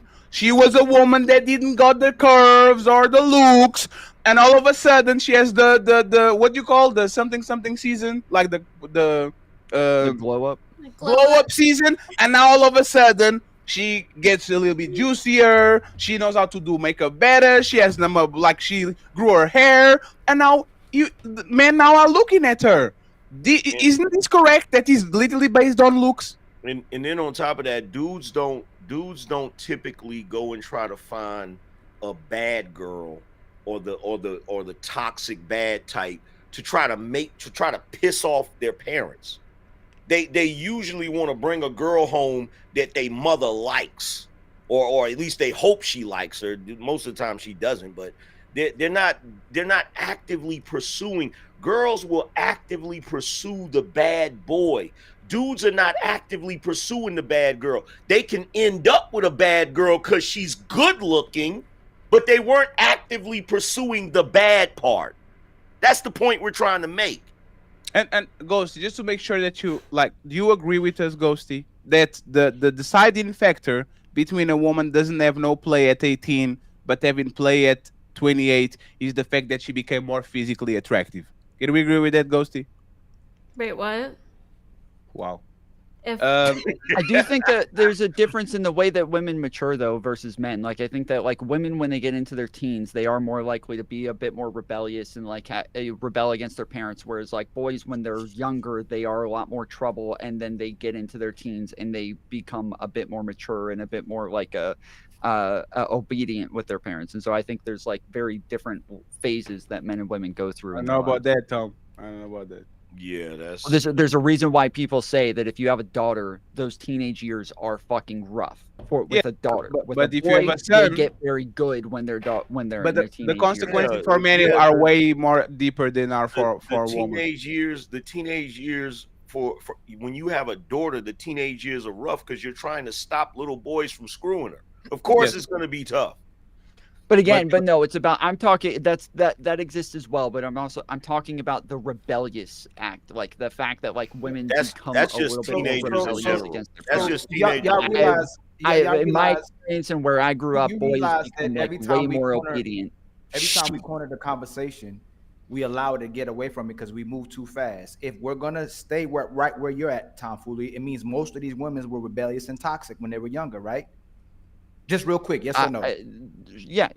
Yes. So if most of these women were rebellious and toxic, most of these men were trying to be good men. They went after the so-called toxic guy, right? They passed over the good guys, which was majority of guys, and they went after the minority of men who didn't need them because they were the bad boys that the women desired, right? Can we concede to that? Yes. To an extent, I'll say that there's an aspect to it that I want to put in there. I agree with you, but I also think that the bad boys are more aggressive. They're more likely to confront you and hit on you and ask for your number, and so that's also the only why thing that they're changes going with with the that guy is because he's actually approaching them. The only thing that changes with the bad boy and the good guys is that those good guys still try to evolve to be better men to get those women, and that guy either stays toxic or he finally settles down because he's tired of dealing with a whole bunch of women. That's all that changes. So the majority of market is still majority of good men, and the women get worse or pretend to be good women. Majority of those women get worse because they start becoming jaded. They start becoming tired. They still want those guys that they had initially, so they don't change how they carry themselves. You see 40, 50-year-old women still putting their booties and breasts all over the internet and still acting the same way and saying, oh, I'm still going to church. God got me. Like there's women acting religious, going to therapy, claiming that they're celibate, but they're still the same woman. Where men have gotten better, became Superman, and women still like, hey, you just a lame with money. I still want that guy. So if I settle, I still wanted that first guy that I ever got. So we have, and that's delusional. Ghosty already said it. Ghosty keeps saying we're delusional, but she'll admit that they wanted toxic guys and that they were toxic too if the guys desired toxic women. So if you were the woman that most men were coming after, you typically were a toxic woman too. Because the good girls, she has to pick one. Either the good girls were, so Ghosty, you have to pick one. Either the toxic women were passed over by guys or the good woman was passed over by guys. Which one you going to give to us? Because you said that most men wanted top. You said we're the same way. Where we keep telling you most men didn't want. Let's start over. I said it's a maturity thing. Let's not go too fast. Did most men want 304s and toxic women when we're younger? I said lots of guys, just like lots of women, are attracted to the baddies. Respectfully, I didn't ask. To the toxic people, yes. We're just going to come right back to it. On this show, when I ask you a question, and you know me and Fatty, we're going to come right back to it. I'm elaborating. I didn't need that elaboration. I'm asking you, women want, excuse me, do men want 304s and toxic women when they're younger, or do they want a good woman when they're younger? Lots of men chase after 304s and toxic women when they're younger. Yeah. And that's disingenuous. Most men did not want a 304. Most men didn't want a woman who was busting it wide open. Most men didn't want the girl that if we saw that everybody had sex with. Oh, that's, and you know what? I want the girl that Fatty had sex with. You live in a fantasy, man. Like, hey, tomfoolery, is that a fantasy? I don't know where you're from. That is not at all my experience. So tomfoolery. You telling me? The toxic popular girls had the boyfriends, had the boys chasing after them in high school. The girls Because got they were skipped over. attractive, not because they were toxic. That's the point. God damn it! Hold on, no. That's not what. That's not what Ali. No, please. Hey, no. Everybody has to stop. Everybody has to stop. Hey, 1 second. Hey, Tom, 1 second. Stop gaslightiness, okay? The original point was this. You're pivoting again. No, I'm not pivoting. I want to stay right here. And please, after that, Rose and Lucky go. No, hey Tom, you were not here. Don't come late. Hey Tom, don't come late. Tom, don't come late on the show and then tell us what we're talking about. Okay? I'm just saying that. I'm going to tell you what we're talking. I'm going to tell you what we're talking about, so you actually understand. And I'm sorry once again, ladies first. Okay? It's for y'all to have context. Ghosty said in a story that when she was younger, she had this guy that she loved a lot. She got into the relationship. She moved in with him. It was mentally ill. It was very toxic. She said he went to jail and all these, right? And we started to say that women are attracted to these character traits. And Ghosty said men are too. And what men are saying on this panel is not about the character traits.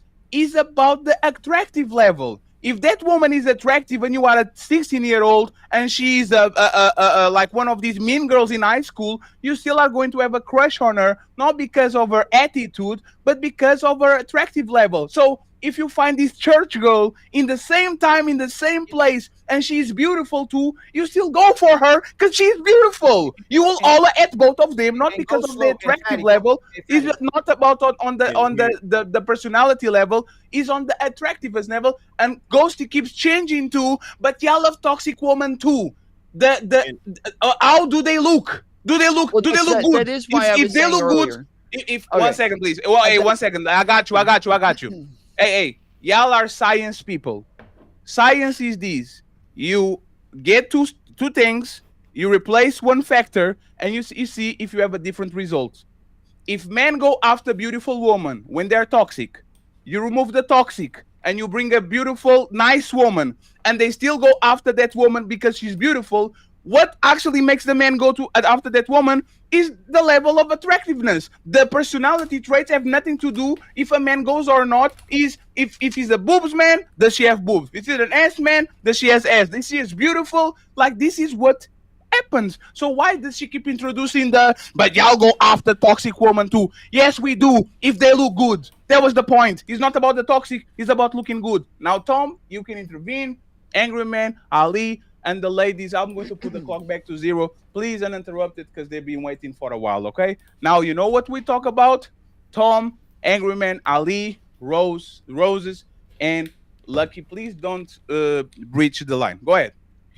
Okay, so yeah, I do agree. And Angry Man said this earlier, and I agree with this. I do think that like the initial thing that men are attracted to is the way that a woman looks. It's the physical, whereas for women, the thing that they're attracted to initially is normally the personality, and that women will allow the personality. The better the personality, the less the guy has to be physically attractive. And for guys, the more physically attractive she is, the less she has to have personality, and they will weigh the physical attractiveness. Like the more physically attractive is, she can be crazier, she can be less have less of a personality, just the same as for a woman. The more of a personality they have, the more funnier they are, the more charismatic they are, the less physically good looking they have to be. I do agree with that, and I do think that we're starting off at different points. And so to say crazy woman versus bad boy, that these are similar traits, but it's different because when men are going after crazy women, they have to be hot first, whereas for women, they do have to have that like trait first, and then the other things come after.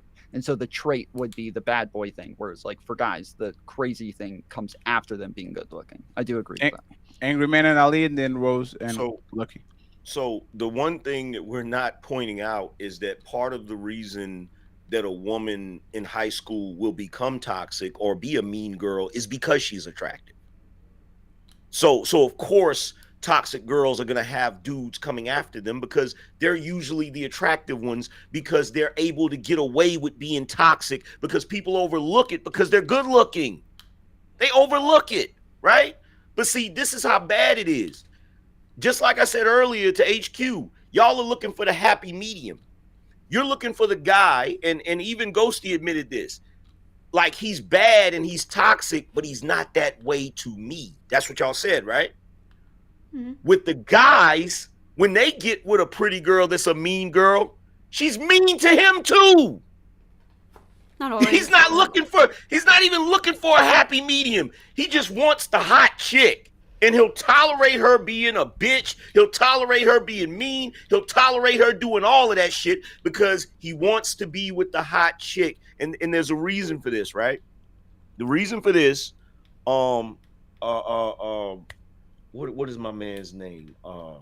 Damn, I can't think of his name. He has a great book, Why Men Are the Way They Are, right? Where he talks about high school and the pressures for boys to perform in order to get their social status, whereas the girls are what he calls a genetic celebrity, which means if they're pretty, they get the same treatment that a freaking movie star or a freaking R&B singer would get. You're right? talking about the actor? No, like he has a name that is similar to an wrote- actor. I remember that. I remember wrote- reading that book. Yeah, he wrote the book. He also wrote the His book. name is Warren Farrell. Warren Farrell. Warren Farrell, yes, Warren I Farrell, was- Dr. Warren yeah. Farrell, right? So he talks about this where basically the boys have to perform in order to get their social status. So you have to be a star athlete, or even if you're not a star athlete, you're being a class clown. You're getting into fights. You're doing something performative in order to get the attraction of the girls. But the girls, if they're pretty, they just have to exist, and everybody fawns over them, and it creates a level of entitlement. It gets them in a position where they can treat people however they want. So it's not a matter of the boys pursuing the girl that is toxic. They're pursuing the girl that looks good for a number of reasons. One, they're physically attracted to her, and two, it raises his social status amongst the other boys for him to have a pretty girl on his own. So this is the reason why the boys are pursuing the pretty girl, and they'll tolerate her being toxic, but they're not going after her simply because she's toxic. That's not the reason. Ali, Roses, and Lucky. Then we go to the super chat. And those pretty girls were in relationships. Those pretty girls weren't busting it wide open yet. They were always having the so-called top guy at the school, the guy who was popular, the most handsome guy. You know what the other girls were doing? Trying to take her man and try to get men by using their breasts, showing their behinds, and actually being the 304s. Women don't realize that this competition with this 304 energy and 304 market is women that's doing this. I can't make you be a 304. You have to choose to be a 304. Just like I can't make you like me, you have to choose to like me. Women set the market with what kind of women we gonna get, and women gonna set the market by who gets chosen. So when y'all know we were young in middle school and high school, the pretty girls were getting the boyfriends, and then the girls who were trying to take their boyfriends, or the girls who couldn't compete with them just using looks, they started being 304s. They started letting men rub on their titties, rub on their booty, have sex with them, and then the girl who had the guy, that guy maybe essentially cheated on her because so many girls were going after her, and then that girl started doing the same thing the other girls were doing because she lost her guy to 304s. So you have to blame primarily women on the 304 market, because if women are honoring men and moving a certain type of way, and those women that are promoting the cheating culture even at a young age respects your man in your relationship, then we wouldn't have what we have right now. And that's why you got a lot of so-called lames and suckers using their money to keep women, the same way you had a lot of women using sex trying to keep men. It started by the market of women. If women are being righteous, if women are being honorable, if women are being respecting of that man with her man, we wouldn't have this issue. But as soon as these girls starting to want to get that woman as well too, it's a whole lot of women who became 304s because they couldn't get their looks getting men, the men that they wanted. Roses and Lucky, and we'll read the super chats as soon as the clock is 0. On the second part of the show, we're going to make sure that Roses and the rest of the ladies get the microphone a little bit more, because it's the ladies for sure.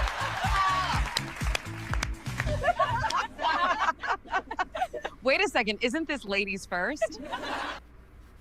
Go ahead, Rose. It's an interrupt. She has a book, friends. She took notes. I mean, careful. because you guys just kept bumping me over and over and over. You are right. Okay. Let's go. Okay, so I just would like to argue that modern women today are chronically single because they are always looking for the bad guy to treat her like the beta good guy. Like they're literally always looking for the bad guy to treat them the way Ghosty was saying, you know, how she likes to feel special when, you know, it wasn't that he was a bad boy, it was that he made her feel special. Like that is why they go from their 20s to their 40s, you know, collecting babies' fathers, but never collecting husbands, because they can never settle for the good guy that wouldn't treat them like the guy they could never get over, which is typically their baby's father. And then I would like to say that it's like, you know, for women, literally, like nobody is going to be picking Akash over Dennis Rodman. Like that's not happening. Like Dennis Rodman is like the entire package, and Akash is like, okay. And then, you know, and for the ladies that say that it's not because he's a bad boy, how many times have you picked the guy that was either attractive, who was the bad guy, over the good guy that wasn't as attractive as the bad guy? Right. Can we do something real quick with this narrative? Because we let women push that narrative. Can we say it's a man that just don't give a damn, like he don't need you? Like women are attracted to men, and we're lucky we're going straight to you. Women are attracted to men that don't need women. Like, and he's typically probably the handsome guy, right? The handsome guy or elite guy. Like the you guy see that's that, not seeking validation the from guy- a woman. and the guy you can't just control using your looks, and the guy you can't use using your sexuality, and you go, oh, since I can't get him, he's an asshole. He's not a good guy. He's a bad. That's the bad boy. We're not gonna say just a abundance of Yes, women just enough. attracted to this bad guy thug. She's attracted to the man who don't get. I don't need you. I do what I want to do, and you attract to the fact that he's a man, but then you'll try to emasculate the man and try to control him. And when you can't control him, he's a bad guy. But that's the thing, Ali. That's the trait that both a guy that has standards and boundaries. That's the same trait that guys that are thugs and problematic have, because it's the I don't care it's the I don't care attitude. It's the same I don't need attitude. your It's just- validation. Right. Yeah, it's just being displayed in different ways. Right, and we conflating with just that this guy got to be bad, but it's a man. Go ahead, Mrs. Lucky Marie. I don't know why y'all said go ahead. I'm trying to catch what. you trying to catch it still? Yeah, like I hear this, then I just heard a bunch of men talking about we like toxic. Then I hear no women. So this is the first time. So I'm just trying to. What is the conversation? What it really is, honestly, you know what the epitome of it, what they really want from an Igga? Because like we know that men will settle down. Like we know men will settle down, and men weren't picking ideally toxic women or bad women. And somebody brought in the church women. How many women go into church really for the right reasons now today? So we're trying to figure out the market, today's market, Lucky, and see how women and men are picking and who's actually making the decisions that's making these relationships dismantle and not be healthy relationships. Like, do you believe it's the men going after toxic women majority of the time, or is it the women that's going after these toxic men majority of times? I think, well, you know how I do it, Ali. I think it's more so women going after toxic. And the reason why I have to say that is because these are my friends. So I can't speak from a euphoric standpoint of, oh, yeah, there's some women out there. It sounds anecdotal. Because no, it's like, it's something about us when it comes to those traits, especially if you did not have that father figure, even if you had a father, but he wasn't authoritative. We look at those characteristics as somebody willing to protect us, willing to speak up for us, those traits that other men don't. So it's not that we're intentionally trying to find somebody who's this way. It's just that I think it's a misguided way of viewing masculinity. So when you have a man who is that way, you're going to deem him as toxic because you're not used to a man that has authority and who's reassuring in himself. So I think we go after what we deem masculine, And then, like you said earlier, we become jaded after we like that for so long, because we want the game to give us a picket fence marriage.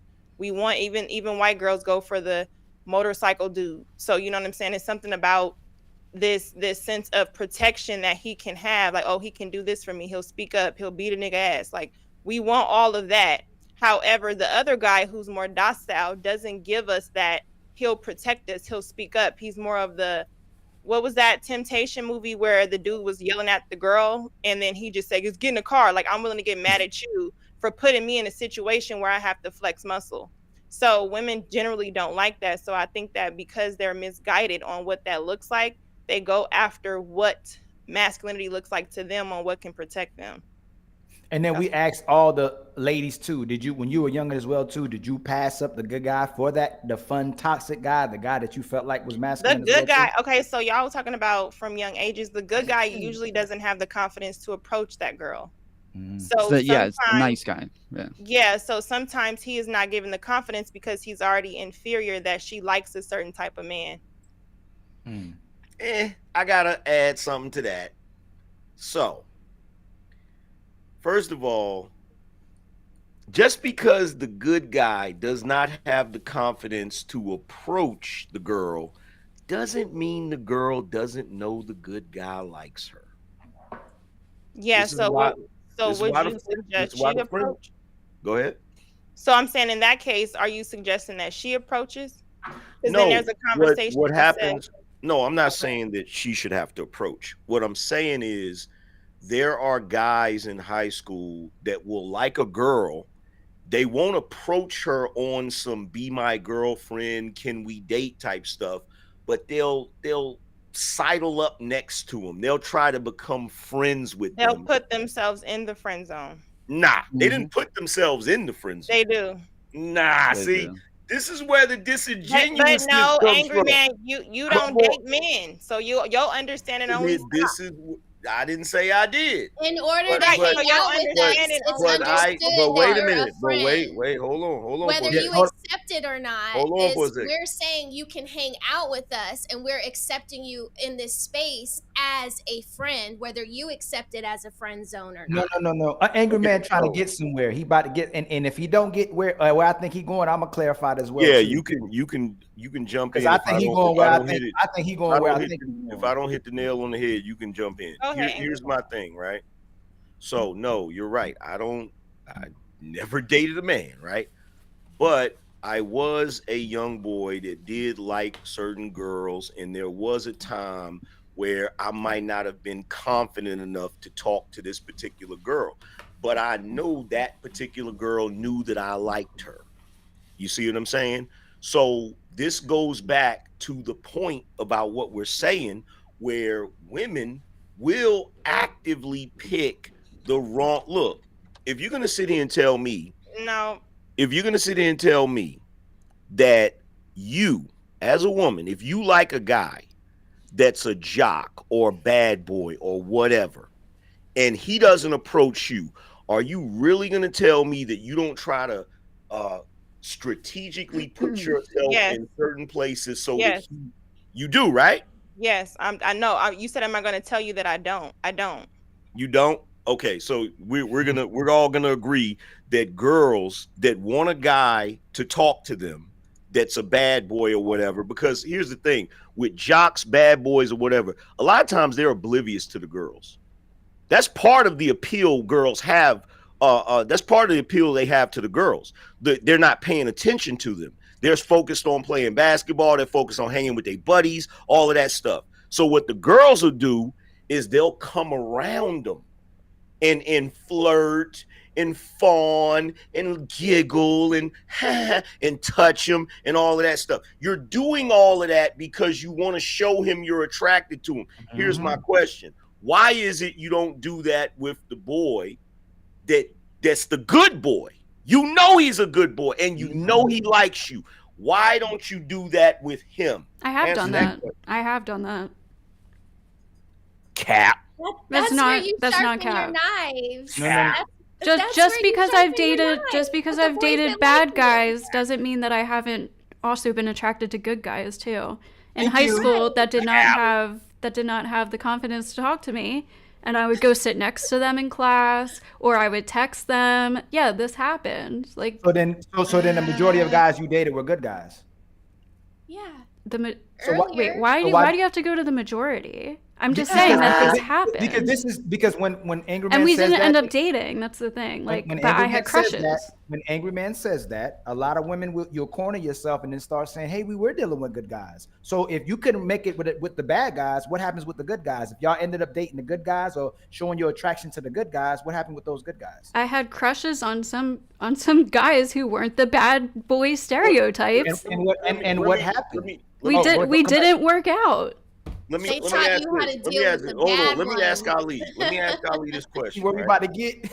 Let me ask Ali this There's question. various answers for why So, relationships don't work out. This is what I mean by and by the way, this is some hindsight bullshit. It's not that crazy. This is some hindsight bullshit. I guarantee you there's a whole lot of cap going on right now. There's But not. even- I'm a super even in honest person. HQ's case, even in HQ's case, it's cap, right? So here's my thing, right? Because the friend zone exists. And I am a firm believer that a dude does not put himself in the friend zone. A girl puts him in that damn friend zone. Point blank, period. The freaking Kryptonians didn't put themselves in the damn phantom zone. They got put in the phantom zone. Okay? So number one, if we're gonna sit here and act like the only way that a relationship or dating can happen is if the guy approaches the girl with confidence, this is cap. We're acting like choosing signals don't exist. Women give choosing signals. You feel me? Sometimes a woman will outright tell the dude she's interested in him if she's interested enough. So we can't sit here and pretend like, bro, do you know how many times in high school I literally had girls walk up to me and say, "Hey, do you have a girlfriend?" And I'd be like, "No." And they'd be like, I'm your girlfriend now. I've literally had girls do that to me. Okay, I agree with what you're saying, Angry Man. But the problem, I think the difference is that let me say this real quick. You got it. Okay, go Let me say ahead. this real quick. You got it. But here's the thing. I was a bad boy. I wasn't one of those kids that was in school. I was a class clown. I got into fights. I'd be smoking in the freaking bathroom. I was doing all types of wild shit. I was a wild boy. And one thing I know for certain is that if you were a good boy in school, girls did not rock with you. Even if we all would know it. We would look at one dude and we'd be like, yeah, he really liked Keisha. But Keisha won't give him the time of day. Everybody knew it. Everybody knew it. So my question again, going back, and Ali, you tell me if you agree with this, and then Tom, you got it. Why is it the girls will act like, well, he didn't approach me, but when it's a guy they like that's toxic, that's a jock or whatever, they'll throw all kinds of choosing signals at him, if not outright asking him to talk to her. I had equal goofy guys and attractive guys that approached me in high school. I was the one that had to choose. So it's not a matter of just saying we want to go over and talk to the toxic guy. Which one did you choose? I dated nerds. I dated nerds and drug dealers and Dated the goofy. Wherever You the said attraction goofy? took me, that's where I went. Wait, you said goofy guys and bad boys. So how often, give me the ratio, how often would you date the goofy guy as opposed to the bad boy? Mostly the goofy guy. Of course. Mostly the goofy guy. So I'm more attracted to bullshit. people who are smart. So it is what it is. And they just have to be attractive. You know, attractive. The thing that I think we're missing is that when we're talking about the fact that like women are attractive to like personality, and that like I do put a lot on the dynamic of men ask women out and women like wait to be approached and see how they approach them. I think that that is like a big part of the dynamic that we have. And I think that a lot of times when guys, if they don't approach, this is a guy who could, if he approached the woman and actually showed confidence and actually was hitting on her and flirting with her early on, that she would see him in this light early on. But lots of times guys instead will try to become friends with them so that they're close to a hot girl, they're close to somebody that they're attracted to, and they think if I'm friends with her long enough, I'll be able to get her. But in a woman's head, once you have become that guy who doesn't have that confidence, who she doesn't see in that way, you are placed in that bucket. I know that when, like, one of the things that you're describing, Angry Man, I agree with. I was kind of like this fucking unicorn, I guess, in the way that I look back at it, because when I was in high school, I played football and basketball, but I was also a bad kid, and I did a lot of drugs, and I got in trouble, and I was suspended all the fucking time.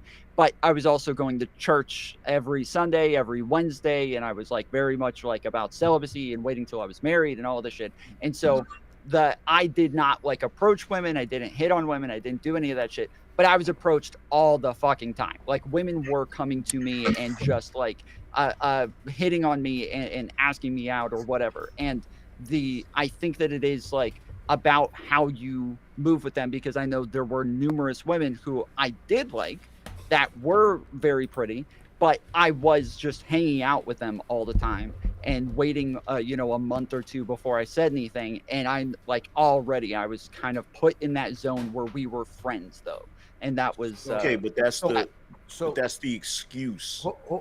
The point that I'm trying to make is that women, what they do is they make these excuses, right?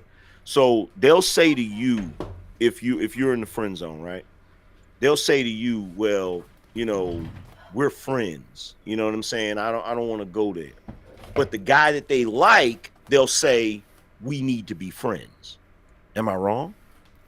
Sure, but that's what I'm saying in as far as like the way they see you at first. So if you hit on them first, or you're like confident at first, that makes a difference, because you're showing that part of yourself, you're showing that personality, and now they can see you in a different light. Whereas if you don't do that at first, they don't see you that way, and they may not. But if you're super attractive, yes, they're probably going to try to approach you. They're probably going to try to get next to you. So based on that logic, that means that no dude ever should date a woman that he already knows to be a hoe. What is it? Can you analogize that for me? You said that if the woman views you as a friend first and you're in the friend zone, she can't really view you romantically because you started out as her friend, right? Sure. So by that logic, that means a woman that has presented herself and you've seen her to be a 304, you cannot now take her seriously as a girlfriend or a wife, because the way she was presented to you in the first place was 304.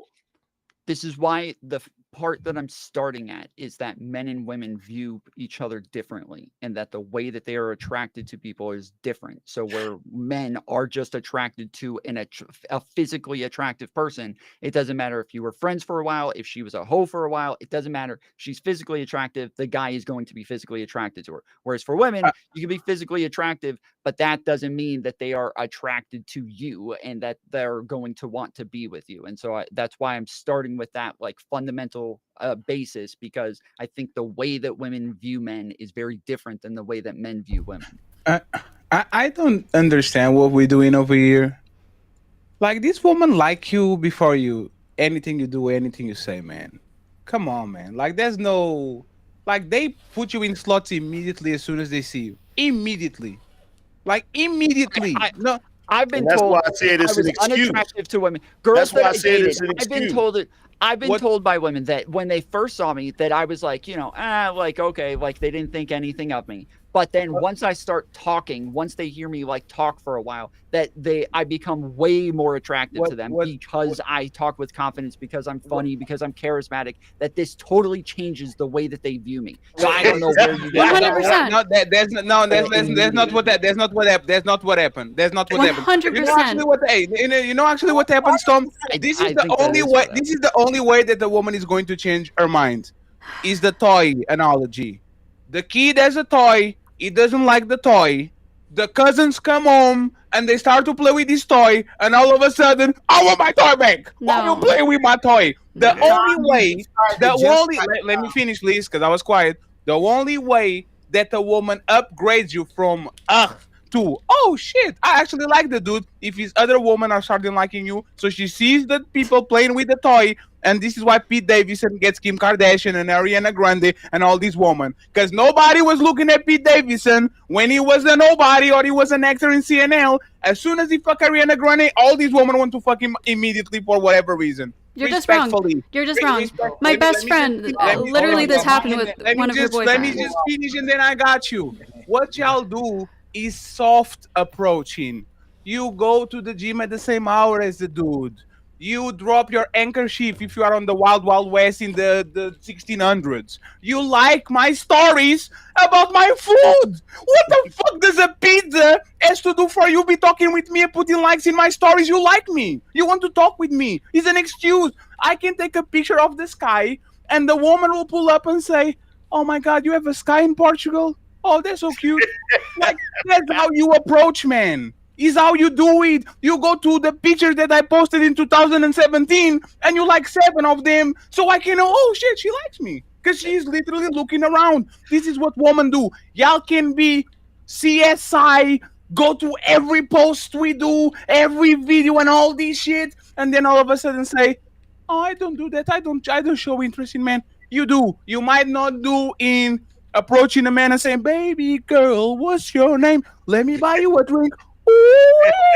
Like, you're not doing that. Doesn't exist too. No, you are not doing that, but you are going to position yourself in a situation where the guy that you like can buy you a drink.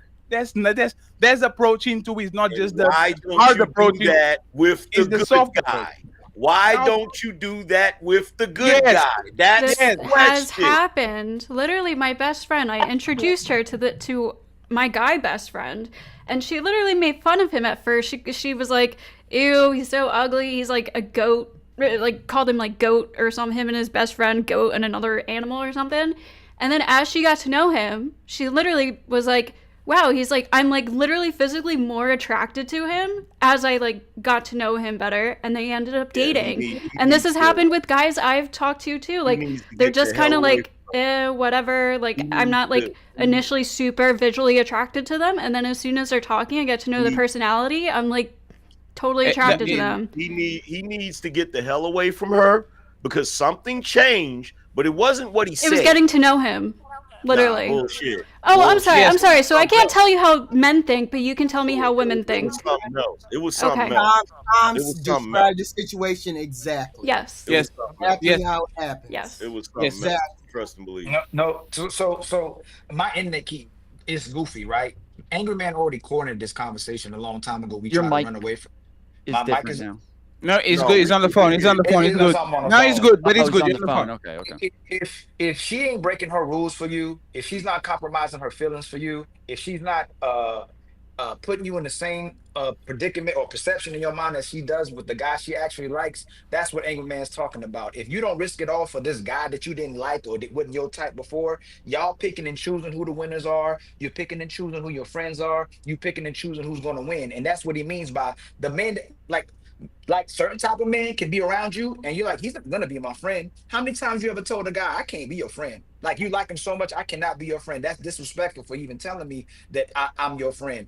Women are putting the guys in the friend zone that they choose to be in the friend zone. The men that they like, they're not putting in the friend zone. They'll pretend to the guy that you're in the friend zone. The only way a lot of us that I have friends, if a woman wants to be around you hoping she'll upgrade, like that kind of friend, or she's hoping she can get men that you hang out with typically if you're associating with that guy. There's a lot of women that would try to be around us so they feel like where they can upgrade or they can get the guys who are around us because we were certain caliber of guys. But women do choose who wins, and women will choose who they make friends. All Angry Man is saying is, why don't you have that same type of energy for the guy, these friends, instead of the guy that you know you won't get, but you may like him and he makes you go, you're frowned upon him. Yeah, we'll do that for the women that we supposedly aren't our type, because we can date down and we can make her our favor. We can make humpback from Notre Dame or Pocahontas. You'll never let that guy ever not be a Lamborghini to you that you don't see as a Lamborghini. So we can see you as a 10. You'll never let that 5 be a 10 in your eyes. And that's why a lot of women hate it when they settle. And Chris Rock was talking about this. I think a comedian was talking about this. There's times a man will look up, turn and look to the side, and this woman is staring at him with disgust because she settled. It's just like, I'm with this guy that I didn't pick. He's a good guy. He does all the things I need, but I can't stand him. And you just won't admit the fact that the toxic guys, you'll end up leaving or he have to leave you. But the guys y'all don't like, you'll say y'all grew apart. We grew apart. We grew apart. Yeah, and that's what happened with her friend in Goat Boy. When she said he looked like a goat, or he was ugly or whatever, she said, yeah, she got to know him. Yeah, they had a conversation and he said something that she figured she could benefit from, and that's when her opinion changed. He literally had, he was not a Lamborghini. Appearance changes to women. Their physical, like literally, the way that women view men based on their personality changes the physical appearance. You can prove it. You can prove it. One second. You can prove it. Prove that it was not what Angry Man said. There was literally nothing about this guy that he had to benefit, like that she had to benefit from. He wasn't super rich. He wasn't dating. There wasn't other girls going after him. He hadn't had a girlfriend. And Ghosty is not dead. He hadn't had a girlfriend in like 2 years. Like he was just a normal. He's not dead. Ghosty is not dead. He's not dead. Listen, please, to what he said. Yeah, we're straight up telling you. If you see me, like, we literally talk about dual mating strategy, right? Woman liking men, not because they are super attractive, but because the man has something that actually makes the woman tick. She wins something. She gets something from being like he's next funny. to you, right? Funny guys, for example, are like women. Hey, Ghosty, I'm attracted to you now. That happens. Was he funny? Yes, he's a funny guy. Was he the life of the party? No, he wasn't a Did partier. Did he have a solid group of friends where he was a part of? He had like he had like 2 friends, 3 friends. He didn't go out. He didn't have money. Wait, Fatty, I want to agree with you. He didn't have nothing. He didn't have nothing special. Here's the better question: are they still together? Hold on, wait. Are they still together? I want to build a bridge here. I think there's a difference here. I'm sorry, does that prove anything? Are they still together? Actually, really, what does it prove? Because the majority of relationships end up not working out. Did you answer the question? Hold on, wait. Yeah, they're not together because they dated in their early 20s, and most relationships then don't work out. Could you please answer the question? I just did. Are they still together? No, because they were in their early 20s, and most relationships don't work out. It literally doesn't prove anything. You know why it does? You know why they're not together? You know why they're not together? You're moving the goalpost. Do you know why they're not together? Hold on. Do you know why they're not together? Yeah, I do. Because when she first looked at him, she thought he looked like a goat. No, it's because he became a heroin addict and started treating her terribly, so they broke up. We can't do this. That's the fucking reality.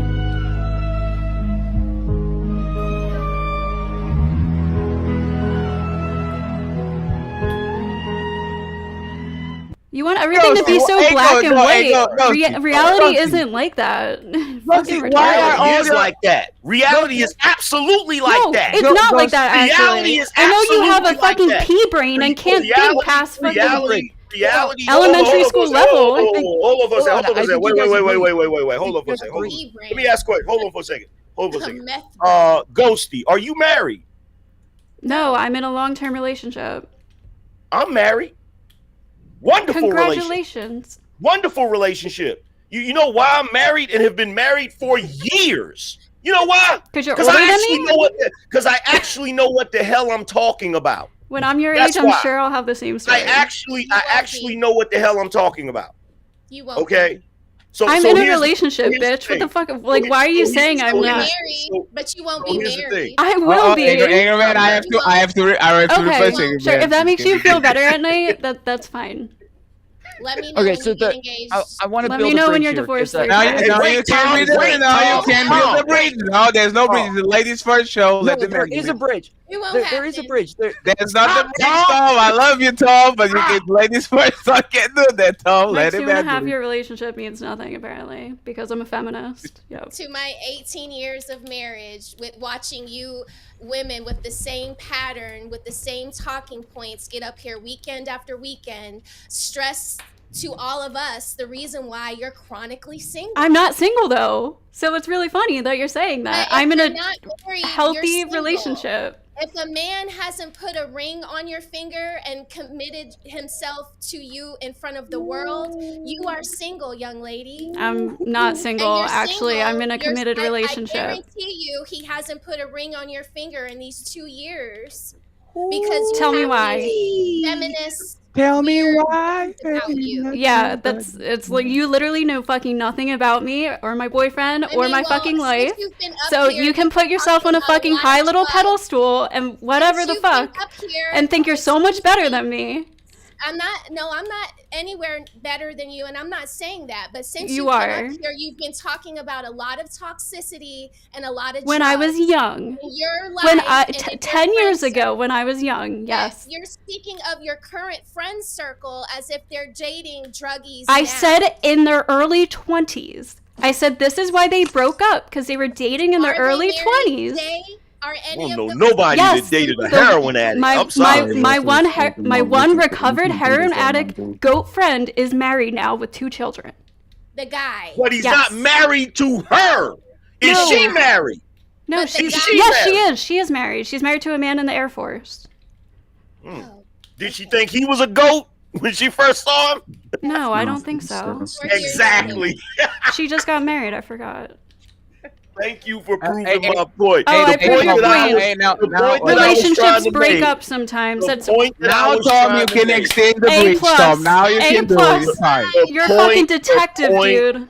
The point I'm Angry Columbo. The point, patterns. the point that I was I'm talking about reality. the point that I was trying to make is this. No, the reality is you have friends that date heroin addicts, and that's crazy. But He wasn't a heroin addict when they started Here's dating. the- That's the fucking point. Like you brought it up. You said it. You didn't even have to You say asked it. me why they broke up. You didn't even have to say it. You didn't have to put his business out there. Look. Remember the Eggman, I got opioid you. epidemic? Hey, Yeah, no, that was a one thing. second. No, Ghosty. So imagine this, Ghosty, right? On the black community, and I'm a foreigner. I don't know nothing about the black community. You did the similar of a black woman coming in and says, I dated a crackhead. Like, everybody's going to be like, what? Like, how do you go from, getting a dude, and now he's a crackhead? Like, that says to be steps from A to Z, Yeah, where he goes from, I like this dude, and now he's a crackhead. Addictive How did- personalities and are just a look, crazy and look, mystery that never No, ever no, no. gets, How, like, how does she go from meeting a guy to he's a heroin addict? Like, how does You that come up here happen? to talk about black and white situations that don't exist in reality. I talk about Hey, fucking truth and hey, real here's shit the that thing. people go through. Here's the thing, Fatty. I don't know how it is in Portugal, but over here, a heroin addict is actually lower than a crackhead. I'm just saying. But here's the thing. But here's the thing, right? The reason why I said what I How said. dare I is be friends with a because heroin addict? Oh my god. You seem to Wait, be. what? I mean, you seem pretty triggered. Look. Yeah, it's here's the fucking thing. annoying that people still like have these fucking crazy things. Annoying about- that people are speaking on something you brought up. It's annoying that I fucking say somebody was addicted to heroin and everybody loses their fucking mind. Like, Heroin. What are we talking about right no, now? Hey, no, come on, ghosty. Like, there's a gigantic range that you throw there. You see what I'm saying? Like, we're expecting kids to be kids and all of this because he had the right. Like, if I meet this You said they woman, were in their early 20s. no. Oh, wait. They were Only 20 men are doing heroin. makes it better? They were That like makes it 21 better? when this happened. Yes, the younger they are when it happens, yes, is we're more likely okay, to get addicted. that to doesn't drugs make and it better, things bro. happen. Hey, let me ask you something. Let me ask. Let me one second. Tom. I'm a former heroin addict. I'm a No, recovered heroin Tom, addict. Tom, you can't do you that, guys- Tom.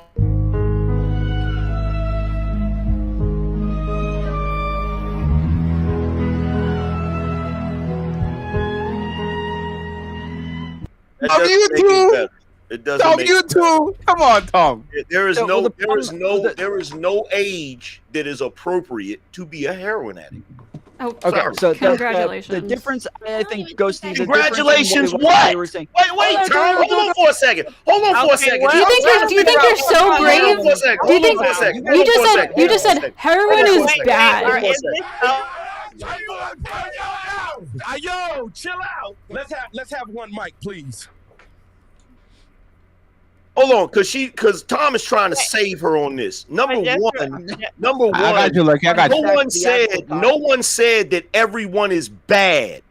Being a heroin addict is bad. I understand. And You're the acting fact- like why you're are you brave for saying offended? heroin is Then bad. why are you offended? No, I'm just making fun of you because you're just like, heroin You is can't bad, make fun of guys. me. Like, You wow, can't make fun of obviously, me. which is why You they hang out broke with up. heroin addicts. No, it's funny You can't because make fun of me. you were trying to You tell hang me out that with my friend heroin broke addicts. up with my friend You because he hang was out ugly with or druggies. How whatever. can you make fun of me when you hang out with druggies? There you go. Used to, allegedly. Like, friends. don't nobody want to hear that goofy ass shit. She up here trying to sit on a fucking high horse, and she brought up heroin. That's what you're doing. Everything. Literally what One you're second. doing. Everything. You're Hey, goddamn friends. right. I'm on a high horse. Friends. Brother. You damn right. I'm on a high horse. Everything wasn't a is heroin addict when one they met. second, friends. You're- Friends, 1 second. Everything here is allegedly, okay? Nobody is a junkie or we're doing Eric. This is allegedly. We are not a part of, like, we are okay. Okay, let's not scream at each other.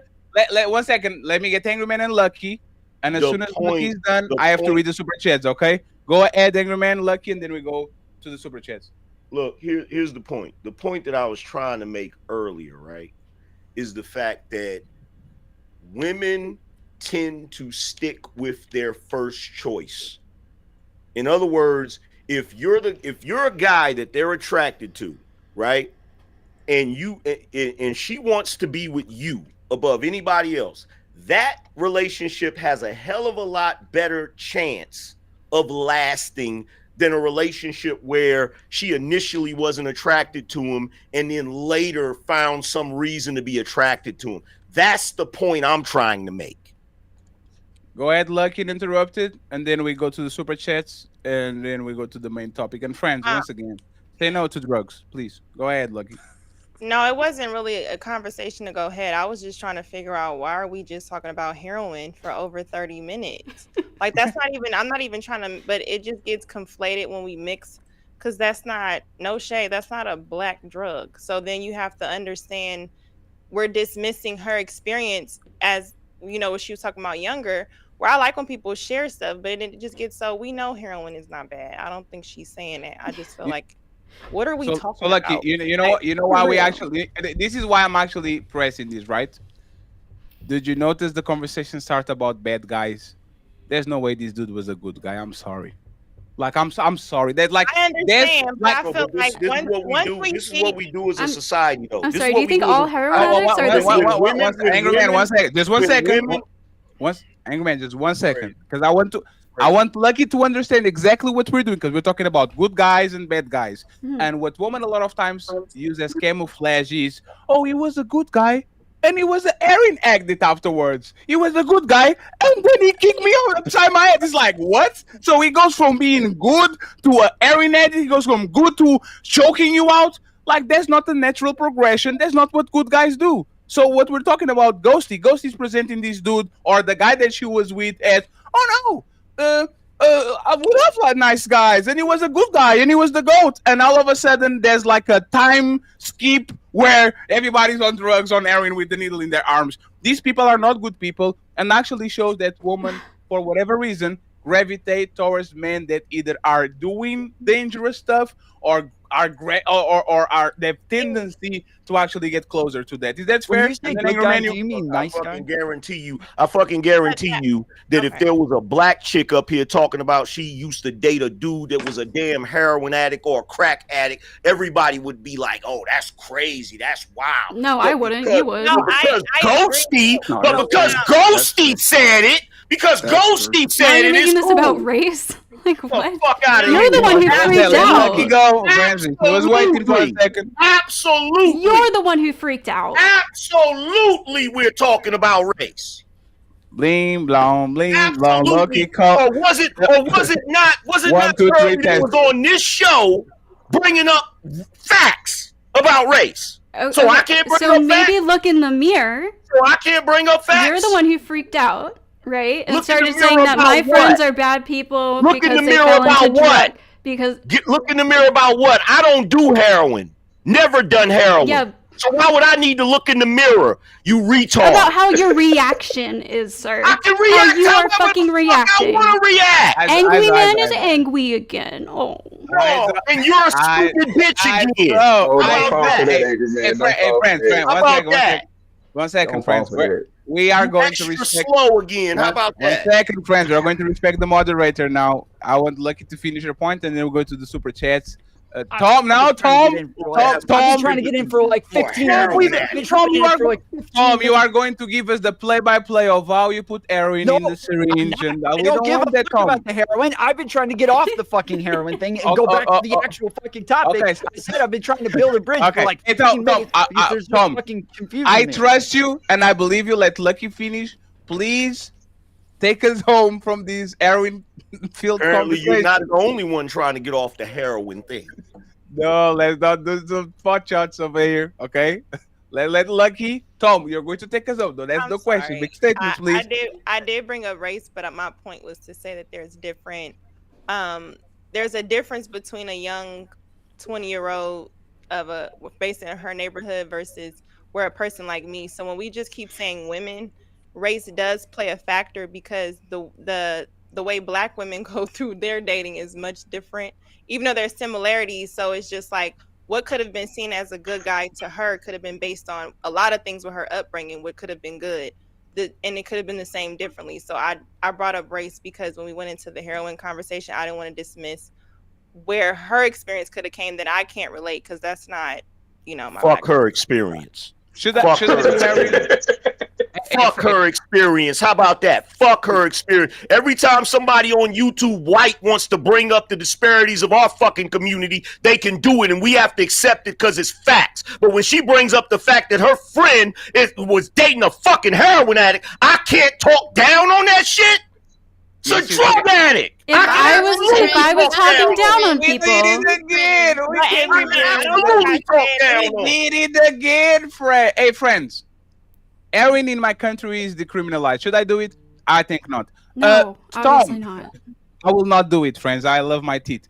Tom, I don't know if heroin let your teeth decay. Lucky has anything to say so you can close up and then Tom Fuller interrupted? Anything? Are you sure? She's scared. That's crazy. You're muted, Lucky. There you go. No, I'm just saying stuff under my breath because it just went to you, and I don't know what we're talking about on a ladies' night. And like a lot of, other stuff. But let's, We are going to save this. Tom, go ahead, super chat, and then we go to the main event. All right. So when she was talking about her setting up her friend with the goat boy, the thing that was Fatty that you said is that like it was about like she found something that like that she could benefit off of or something like that. And at first, like when you say this, it's like she took it as like, oh, he's rich or he has a nice car, he has something to give her, like some sort of physical thing to give her. But then afterwards, you said something about dual mating strategies, and that is a very different thing than just money. And so that is what it is that we're talking about when we say something like he's funny, he's charismatic, he's somebody that has confidence, that like these are things that the dual mating strategy describes as evolutionary psychology, to where these are things that show that he is capable of being a protector, he's capable of being a go-getter, he's capable of building himself into something, and so he has potential. And these are like different characteristics of him, of his personality, that she can see, that she can benefit off of, and that this is probably something that is what women look for, just the same as like men are looking for somebody who could possibly have kids and would be a good a nurturer and things like that, that like these are characteristics that he's looking for, and those generally he's going to see that in her physical appearance, whereas women will see this in his personality. And so just the same as when she's talking about the fact that she would find him more attractive based on his personality, those are the things that we're talking about. I think that she would agree that like that those are those are characteristics that she could benefit off of just in a different way than she took it before. And you would agree that she would find him more attractive based on whether or not he's funny, charismatic, and like that's what we started. That's what we said on the beginning of the show. But there's the thing: a lot of times women say things. Again, there's a woman on the internet called Summer Walker saying that she doesn't want a dude that is married to another woman. She just wants to fuck him 3 times a year. You like that dude? That's the dude that got away. There's no way you are going out of your way to have sex with a woman, with a man that has a wife, and like you like him. That's what you want from him. Woman will say something and that doesn't match. A lot of times, and again, I date more white women than I date black women, and my Brazilians, of course. But like for woman, like white women do the same thing as black women do. I really don't like this guy per se. Oh, he has drugs. I do drugs too. Let's get together. Oh, you have smoke. Oh, you have drinks. Oh, you have a place for us to chill out and all. A lot of women get into relationships that way. They go to the hangout spot, to the chill out spot. For whatever reason, they don't like one dude that is there. But then this man starts to bring in things to smoke, things to drink, things to have fun. He becomes the fun guy, and now you fucking him because you want to have fun too. These people are not good people. They don't become bad people all of a sudden. Like I will never say, oh, this woman was the best wife ever, and then she drowned our kids. Something has to happen in the middle. It can go from to hell, like immediately. This is the things that a lot of women omit from their stories, and respectfully, most of y'all are not blindsided. Most of when men. You say good guy, do you mean nice guy? No. Nice guy like is a the guy good that person, or no. Nice guy is the guy that is trying to be nice because he wants to get in your pants. I'm talking about good guys. Guys that actually are respectful, show up, are responsible, never flake on you. Every time you call them, they say, I'm on my way, I'll change your tire, I'll help you move. Like, there's a bunch of these guys around. And women, for whatever reason, and once again, we have to understand women at some degree, because a lot of women do this, and you are going to understand that.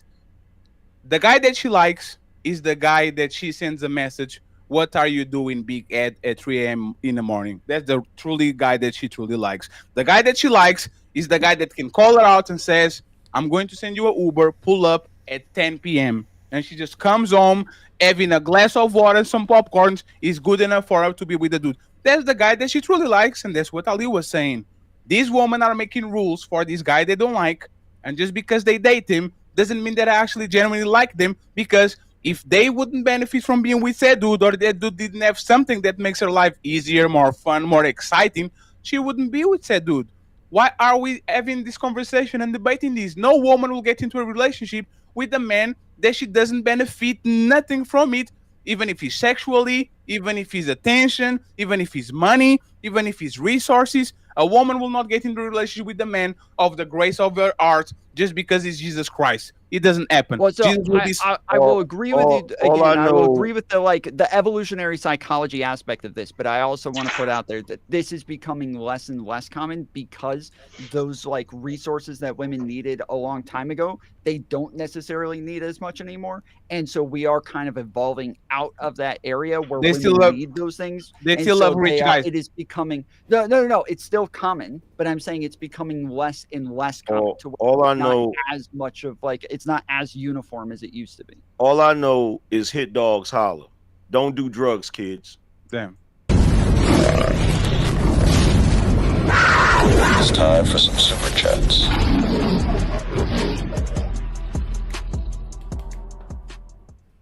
Hey, you know what? If I don't have kids at 40, I'm starting to do drugs. I'm missing a lot in my life. My life is becoming boring. So yes, I will definitely do motherfucking drugs. And internet, Ilkan Ali, internet definitely doing drugs because motherfucker keeps dropping down. Awesome, with a 5. Cocaine.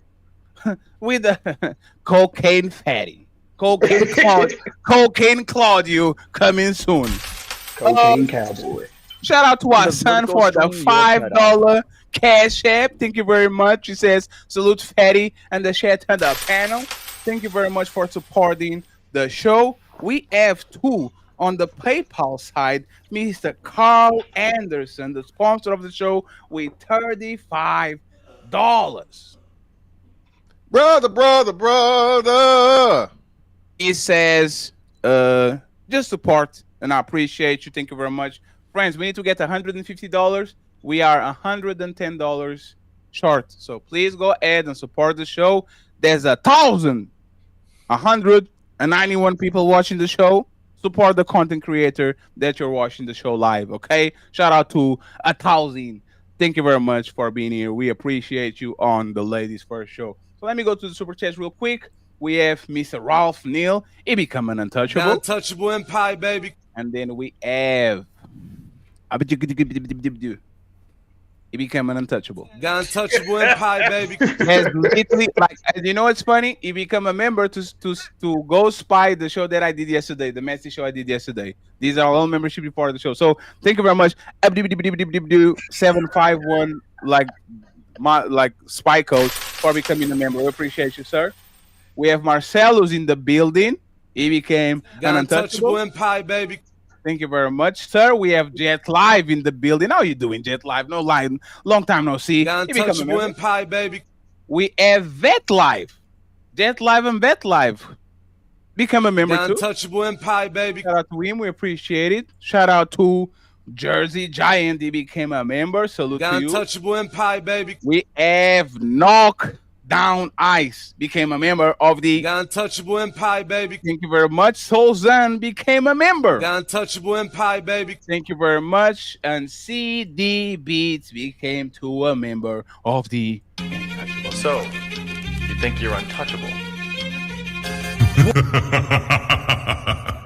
Now on the super chat side, we had Lotus in the building with a super sticker. Thank you very much. We appreciate you. We have Uncle Rick saying, Fatty Ali, what up? Please hit the like button. Let's go, Uncle Rick.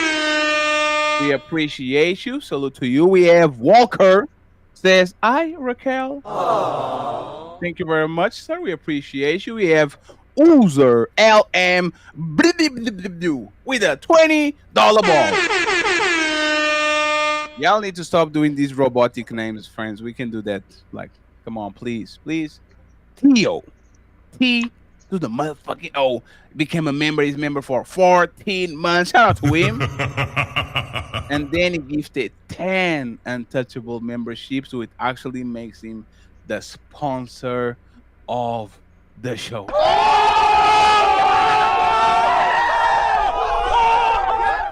Thank you very much, Theo. Appreciate you for the 5, and then the other 5 untouchable Empire membership. Salute to you, brother. We appreciate you.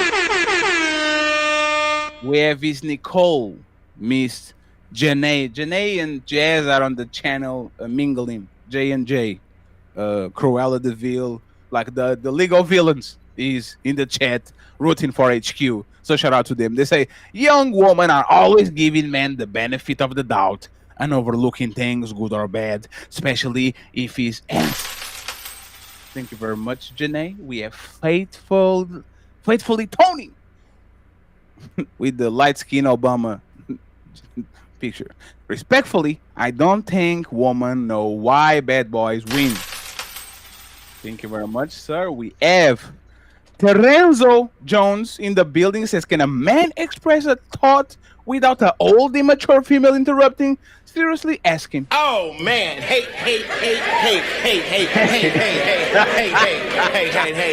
And then it comes back with a $20 baller.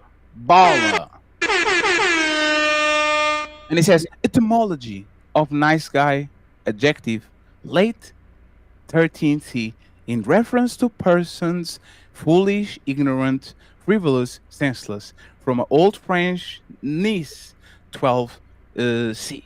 AC probably. Carefulness, clumsy, weak, poor, needy, simple, stupid, silly, and foolish. Thank you very much, sir. We appreciate the definition. We have Frederick in the building saying 12 in the chat. Boop, bloop, bloop. The untouchable empire, baby. This is an inside joke because I have no idea what they're talking about, but Rose is probably there.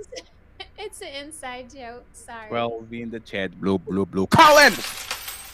Ladies first, ladies second, ladies all day on Sunday. Absolutely, we appreciate you, sir. We have 10 to go.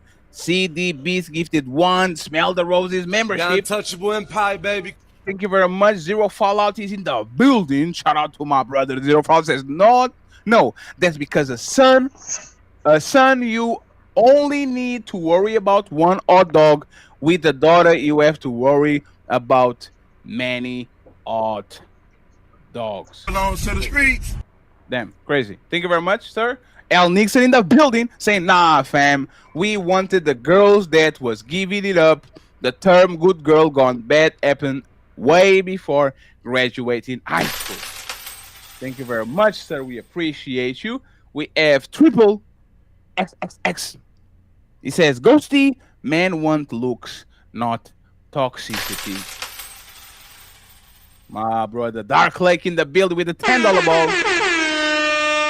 It's refreshing to hear Lucky's honesty about the traits that people pursue. Most people are not honest about. But it's not refreshing to see your face, Dark Lake. Damn, y'all still beefing? That's crazy. 7 years later. Al Nixon, $10. He says, women are attracted to confidence, but if you're too much of a nice guy to make your intention known, would you? If she needed protection, it's not her job to help your soft ass speaking up. You pussy. That's what he said. TLG, $2. Tomfoolery, were you a shooter or a defender? Both. I played point guard and center. So when I played center, I was a defender. When I played point guard, I was a shooter. So you're Magic I played Johnson. both on the same team. Well, I was the second smallest guy on my team and still played center. So. Somebody lies. Now somebody, I don't know who, but I'm telling you, somebody's lying. Somebody. That's fucked up. There's a picture somewhere of Tom.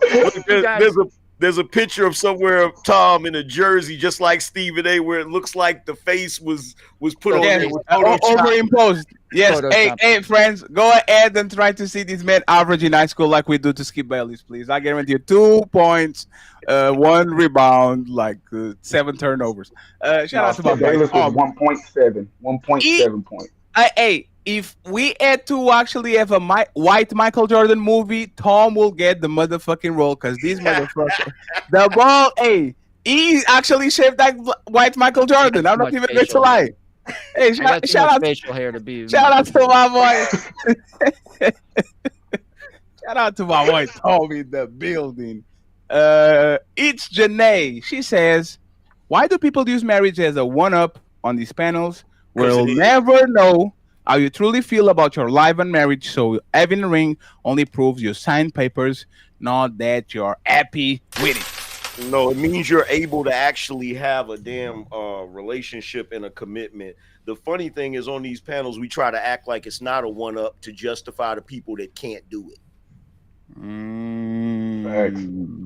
Mr. Walker sent a super stick. Thank you very much, Mr. Walker. I appreciate you being here. Shout out to the people from the Single by Choices. We have Zero Fallout back again in the building. He says, shout out to Ali and Fatty for entertaining show. Like the RP says, look what they do, not what women say. So much cap on this channel.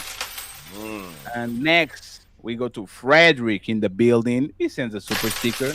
We appreciate you. Finally, Robert Platinum says, AM, give me some money. No.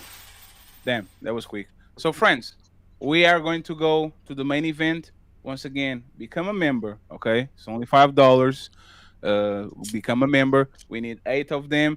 And try to eat the Cash App, okay? I'm going back to my main channel in 7 days. And the politics channel, the white channel, is going to be open this week. We're going to try to monetize it so we can talk a little bit about politics in a contained space. So, once again, Untouchables have great things for you next week. Keep watching. We'll make sure to entertain you. Shout out to our guest of honor, Angry Man, and to our lovely friends, Miss Ghosty, Smell the Roses, Tom Foolery, even though it was late today. But I still love you, Tom. Lucky Marie, and the lovely HQ. HQ is going to fuck y'all up on this main topic. I'm telling you, I'm going to bring her up right now. And to my new friend, Nunu, the Prophet. Thank you very much for being here, friends. Once again, we appreciate you. Like the video. Let's have fun. It's time to Tom out here dispelling myths. He on that CP time. Yes, and Tom and Ghosty actually were the ones that got late, and Ali Internet is. What more do you want from me? Oh my God. And Ali is stressed. He's so stressed. He's facing himself. Ali. Oh, Ali is stressing today. Shout out to my brother Ali. At least he's trying, man. That's why we love him. He's trying. He's bad. Yo, So I've been fighting with this for almost 3 hours, man. I'm bouncing in and out of here, man. that's crazy. That's crazy. Man. So friends, Klay Thompson and Meg Thee Stallion. We know it's a controversial relationship, especially for a man, because we know that Meg Thee Stallion has an interesting past, and Klay Thompson, for what we know, come from a good family, have no drama, no beef, no nothing. This man is worth $300 and something million, 6'4", 6'6", whatever it is. Like, he is a winner, and a lot of times, especially on the manosphere or the red pills, people say that bad women never finish. Like, they always going to lose the last train. But it seems like Meg Thee Stallion actually made it. Okay, Meg Thee Stallion made it. She's with the dude, 29, smelling like a kid is coming in, probably on the next few months. So there was a comment that she said that make us do this show, okay? And that's what she says this. Hey, Fatty, I got in the workroom. No, never mind. I'll tell you later. Never mind. No, go ahead. You got it. Pearl has a show scheduled with Angry Man and Ali on the thumbnail. Yes. Which thumbnail? On like you right there with that sweater on, and Ali, who was just on our show, is Black Fatigue show that people have been asking for. Everyone is sick of it. Yo, this is crazy. Yeah. You know what? Because she invited Angry Man, she invited Tyranny, she invited the Tina, she invited Jazz, she invited. Oh, she's trying to keep it going. She's trying to edge it on. She's really racist. Like that lady's she's straight up. She's a racist, man. This woman is a racist, man. Like, apparently I just got an invite to that. She's doing a show of Angry Man and his. Oh wait, you got an invite too? Who got an invite? Tom Foolery. But you know what's funny, Ali? When I pulled up, she said, "I don't want to talk to you. You are unpleasant." And you know what Tyranny is going to bring on that shit? You know what hey friends. The devil. Hey, friends. I'm not even going to lie, friends. Please go there, because you know he's going to pull up, Ali. If he actually everything pulls up, Amazing Lucas is going to go there. I want to see what Pearl is going to do with that dude. Like, this a dumb woman. Like, no disrespect to no women. It's a dumb woman. Like this is a dumb woman. I hope she clipped that and put that and say black. I'm having black fatigue, right? I am having black fatigue. It's a dumb woman, man. It's finally once again. Let's see where the pieces fall, and then we go ahead and we wrap it up. I think she meant to put me on there, but put.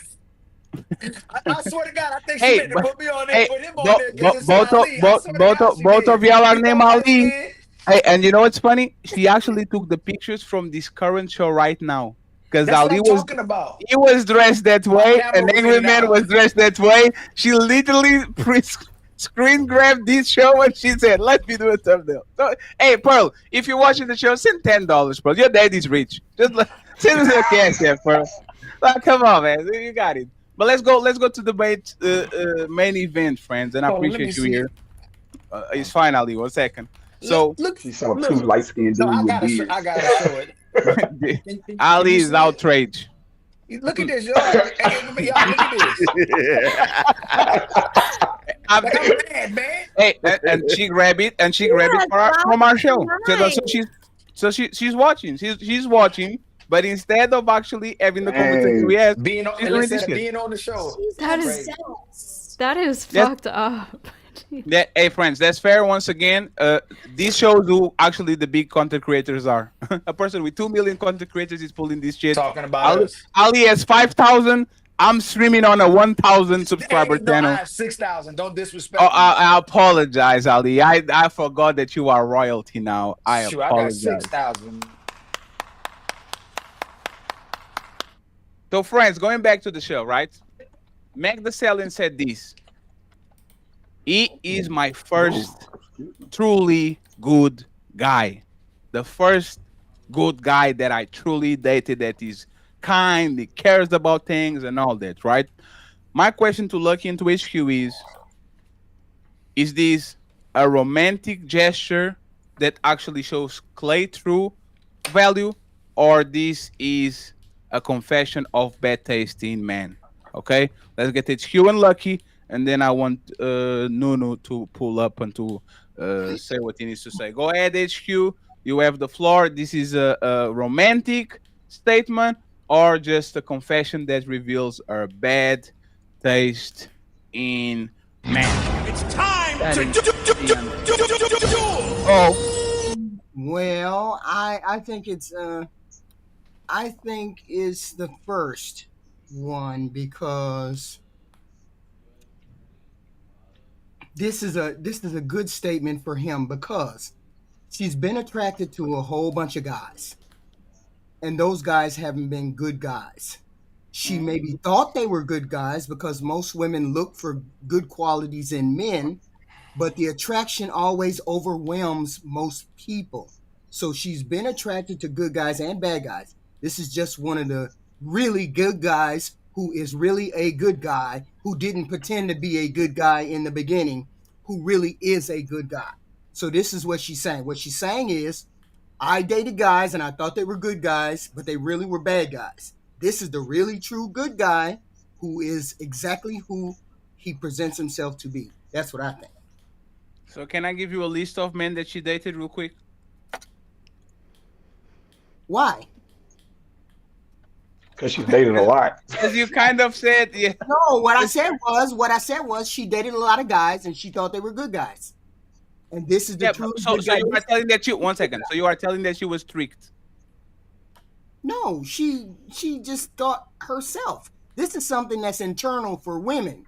It's an attraction where you want to find the goodness in a guy, but usually it turns out he doesn't have that goodness that you hope that he did. This guy, she hoped that he did, and he ends up being the real guy that does have the goodness. No. That's all. So it's not outrageous or. What was her quote? What was Meg Thee Stallion? What did she say exactly? I will give you the exact quote. Okay, give me just 1 second, because I prepare my shows, friends. I have notes. Give me just 1 second. So Meg said. Meg said. Damn, where can I find this? Give me just 1 second, because I'm going to play the video exactly. Give me just 1 second. Yeah, while you giving 1 second, are we going to concede the fact are we saying Meg Thee Stallion is a good woman? She said that he was the first genuinely nice. Same woman that sent a man to prison. Before we say Klay Thompson is a good woman, are we going to concede the fact after she's seen multiple times? I don't think Klay Thompson's a good woman. On Tory Lanez, like. Not only that, but the guy she's picking to date, is she a good woman? That's what y'all would want. We would want our daughters to be Megan Thee Stallion. That's not what we said. I'm just asking. 1 second. Let me give you the quote, right? I have never dated somebody so kind.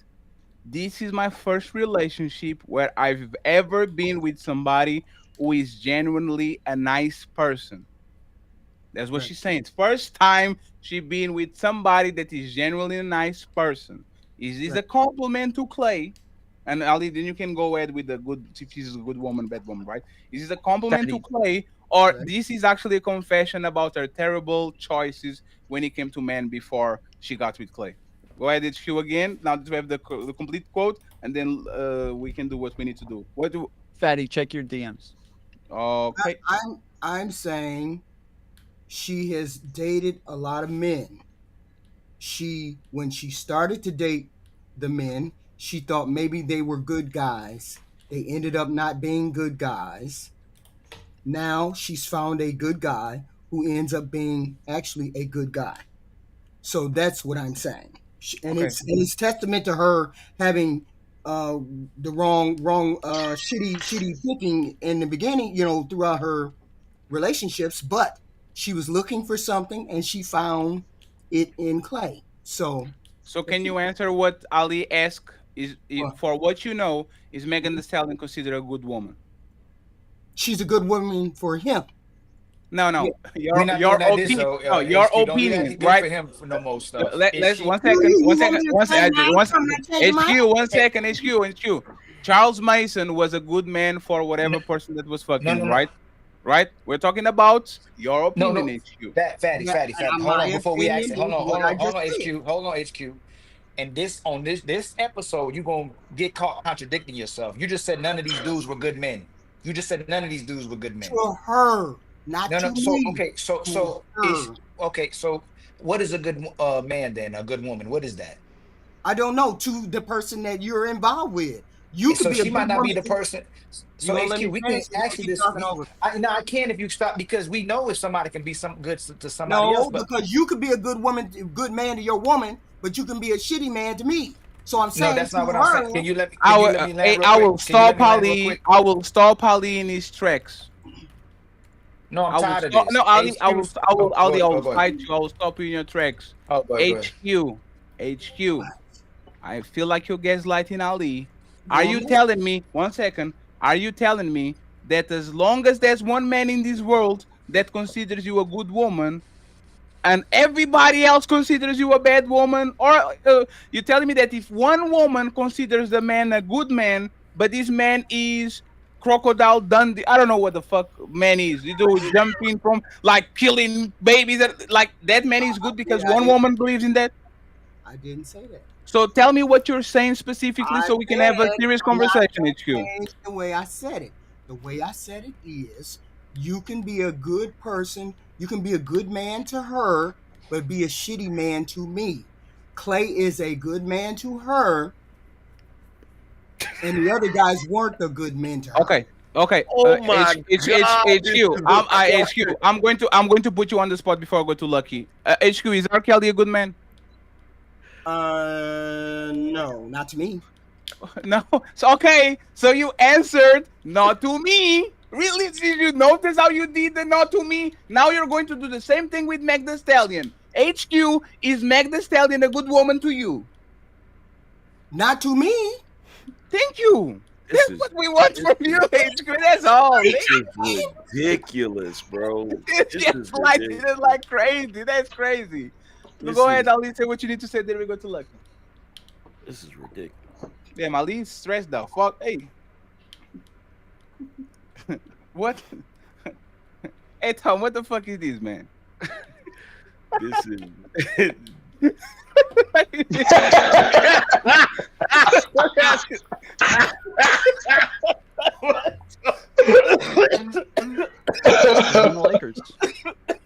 I was on the Lakers. That's where that was. That's crazy, Tom. Shout out to my boy, Tom. You guys didn't see that?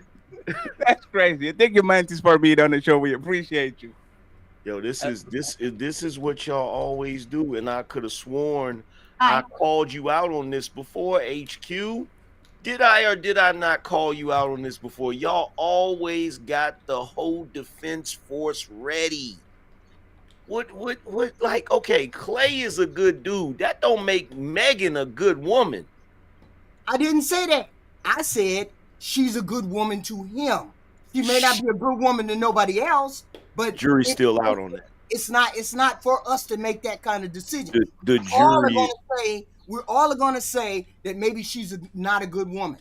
Are they married? Are they gonna get? They're planning on getting married. They already moved in together. They moved in together, right? They bought not moved in because he's in season, but they bought the house together already. So let me ask this question. She's a good woman. She's a good woman. Let me ask this question. Let me ask this question of everybody on the panel. Do we have any bets? I'm betting they don't get married. I'm betting that they not getting married. No. You are wrong. You They're are not wrong. getting married. Yeah, no, you're wrong. No, do you know what's funny? Like Meg is literally, I think, days away from turning 30. She's going to put twins on that motherfucker. They're going to live together. They're going to get married, and in 5 years, she's going to take him for everything else. That's literally what's going to happen, and she goes back on the streets. That's what it is.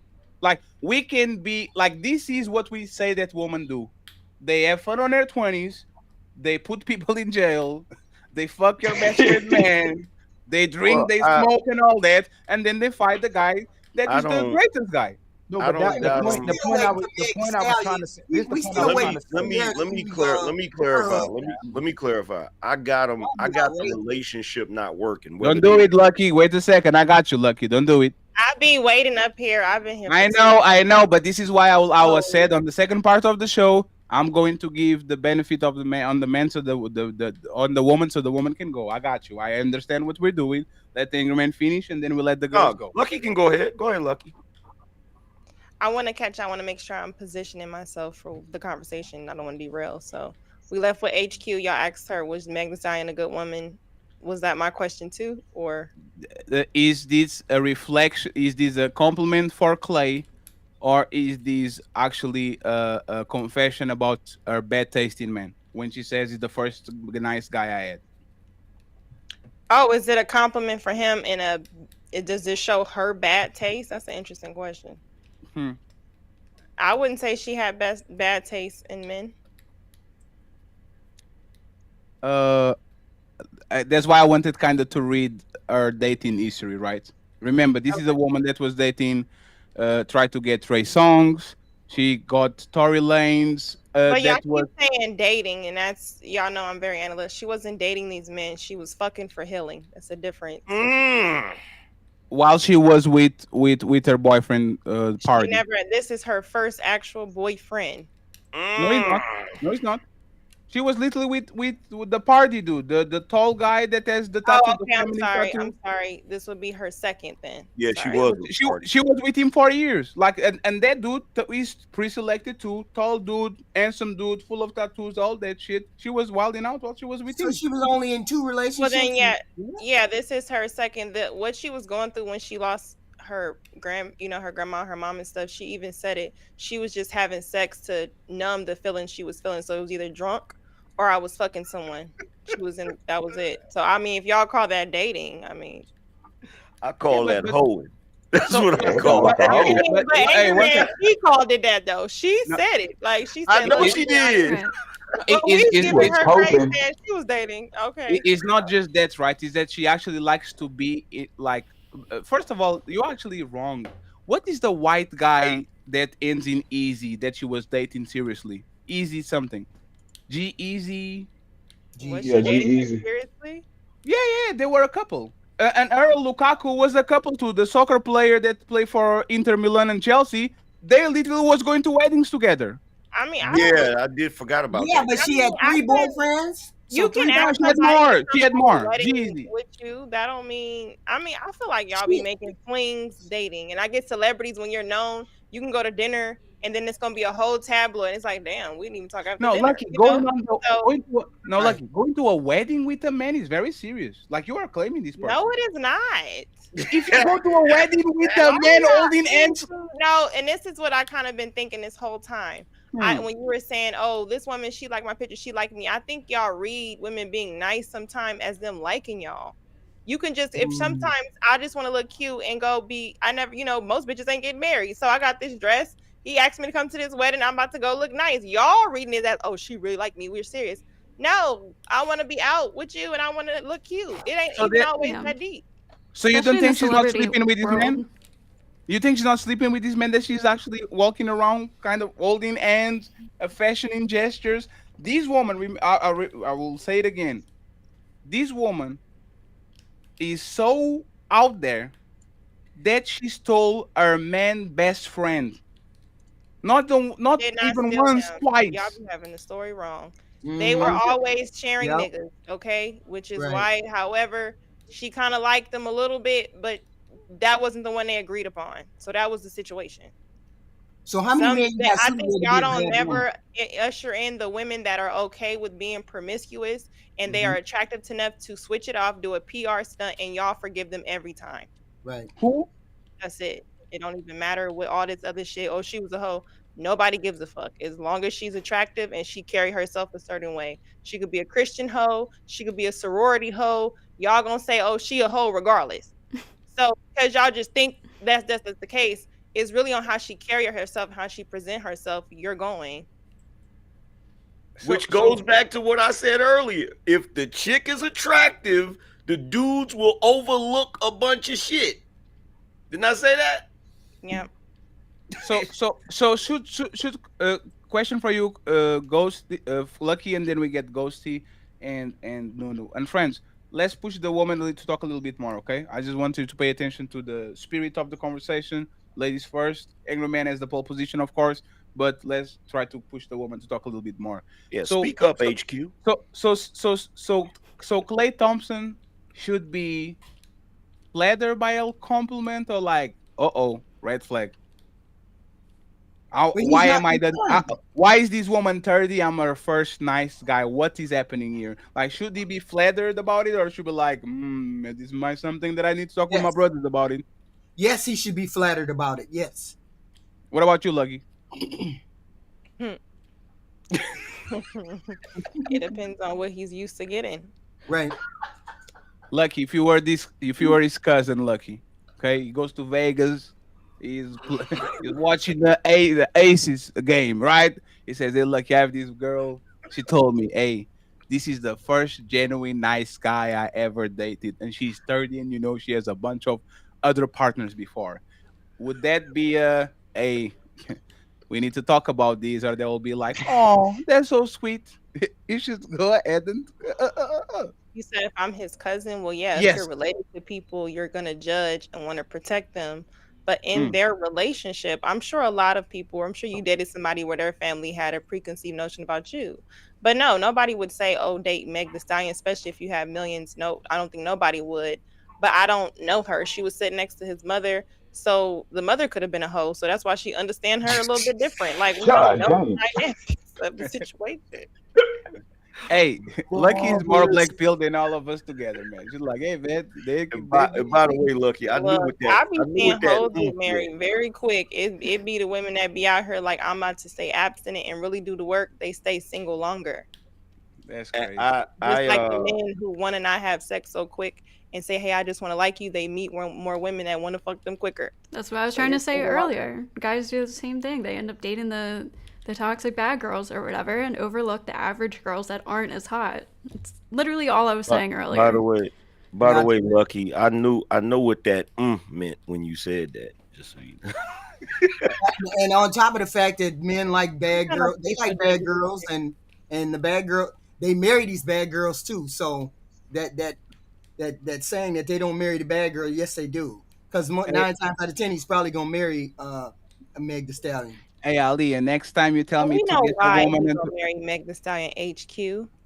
Because she's pretty. Most bitches ain't cooking already. So if she's cooking and she's doing more than the average woman, he gonna start erasing certain shit off her jacket. That's just what happened. Ali, next time you tell me to get a woman and to go get babies, I'm going to tell you to go fuck yourself, my man. He's gonna Hey, she already. He's gonna marry her because he's a sucker. Absolutely. That's why. Okay, so wait. Earlier you made it seem like women put these titles on men. Why are men calling him a sucker? He's successful. He's achieved more than the average man. He has the options. Why is he considered a sucker? Because he's successful, and that's who he chose to be with. And on top of the fact that they keep calling Russell Wilson. No, he chose to be with. Hoe. He doesn't need to be with. He doesn't need to be with a successful woman. He just needs to be with a good woman. But I thought men choose what they want at that level. Well, here's the thing. Can you explain that exactly what happened there? Because I want to know. And then please, Roses, Ghosty, and my boy Nunu. Okay, his woman doesn't have to be successful because he's infinitely successful. I get that. There's nothing that she can bring. But you're that is bringing a going to- need. We're talking about men who have options to want. So he wants her. Okay, but he also wants to look. Check this out. So men have problems that he wants. The Meg Thee biggest, listen. The biggest column in the lost column, whenever accountants do millionaires taxes, is always the divorce column. He wants her, but I would imagine he wants to keep his money too. So there's legalities to keep that in place, and I'm sure she wants to keep her money too. She ain't got to worry about losing her money in that scenario with what he made. She ain't got to worry about that at all. She ain't got that Halle Berry, right? Yeah. So people in that status, they can only date certain type of people, because if they go date regular people, you run a risk of somebody only wanting you for your money. That's what I hear a lot of men say. So Okay, now you think Meg don't want him for his money? no, I don't. I think she want him for, I think She make about the same amount as he do. No, she doesn't. Nowhere close. She does not. What I'm No, saying, she doesn't. What I'm saying is sometimes we think it's just the money, but sometimes it's the status in which you do to clean up my record. It ain't about the money. We get that. We get that. She's trying to get him to clean up her image, right, by being with him. But here's the thing, right? I wouldn't care if they made the same amount of money. The only thing a woman like more than spending her money is spending a nigga's money. Okay, so let's get that out the way. She bought him a $250,000 watch. I think she's cool with spending her money on him. I'm pretty sure she did. Hey, friends, respectfully, please. Clay's earned like $350 million without sponsors, no nut. This is a completely different type of money. Klay Thompson, other than Stephen Curry, is the king of one of the biggest states in the United States that could be one of the biggest economies if it was a country. This man is 0.10,001% of the population. He is a winner. He's a winner when it comes to money, when it comes to status, when it comes to family. He's the son of an NBA player. He comes from money too. Like he comes from a good family. If she wants him, she's gonna clean up everything she needs to. But here's the thing. He fell in love with a whore. Here's the thing. Here's the reality, right? Here's the reality. The reality is her buying him a $250,000, $250,000 watch is like a regular chick buying a regular dude a freaking Seiko. That's not a big deal. They're at a different level. They're at a different level financially. So why do you always have to undermine what women do? Like everything that comes because out you're of your trying mouth. to undermine men right now. Literally, Angry Man, you think I'm doing that? No.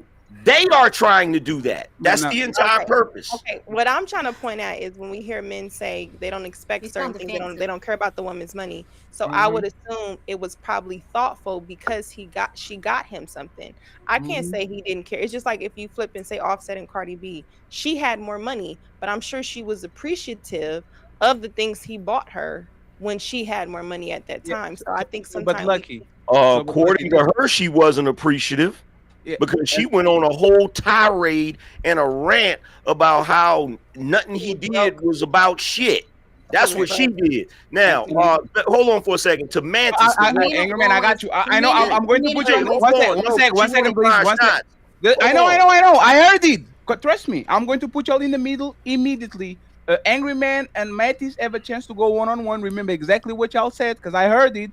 I'm getting ready for the feminine emotions. Don't worry. Yeah, no, it's totally fine, and you can throw shots. But no, 1 second, please. 1 second. It's totally. Hey, friends. I will let you. Bro, you literally let her get her shot off, and now you interrupted me. He's always a victim, Betty. I will. Mantis.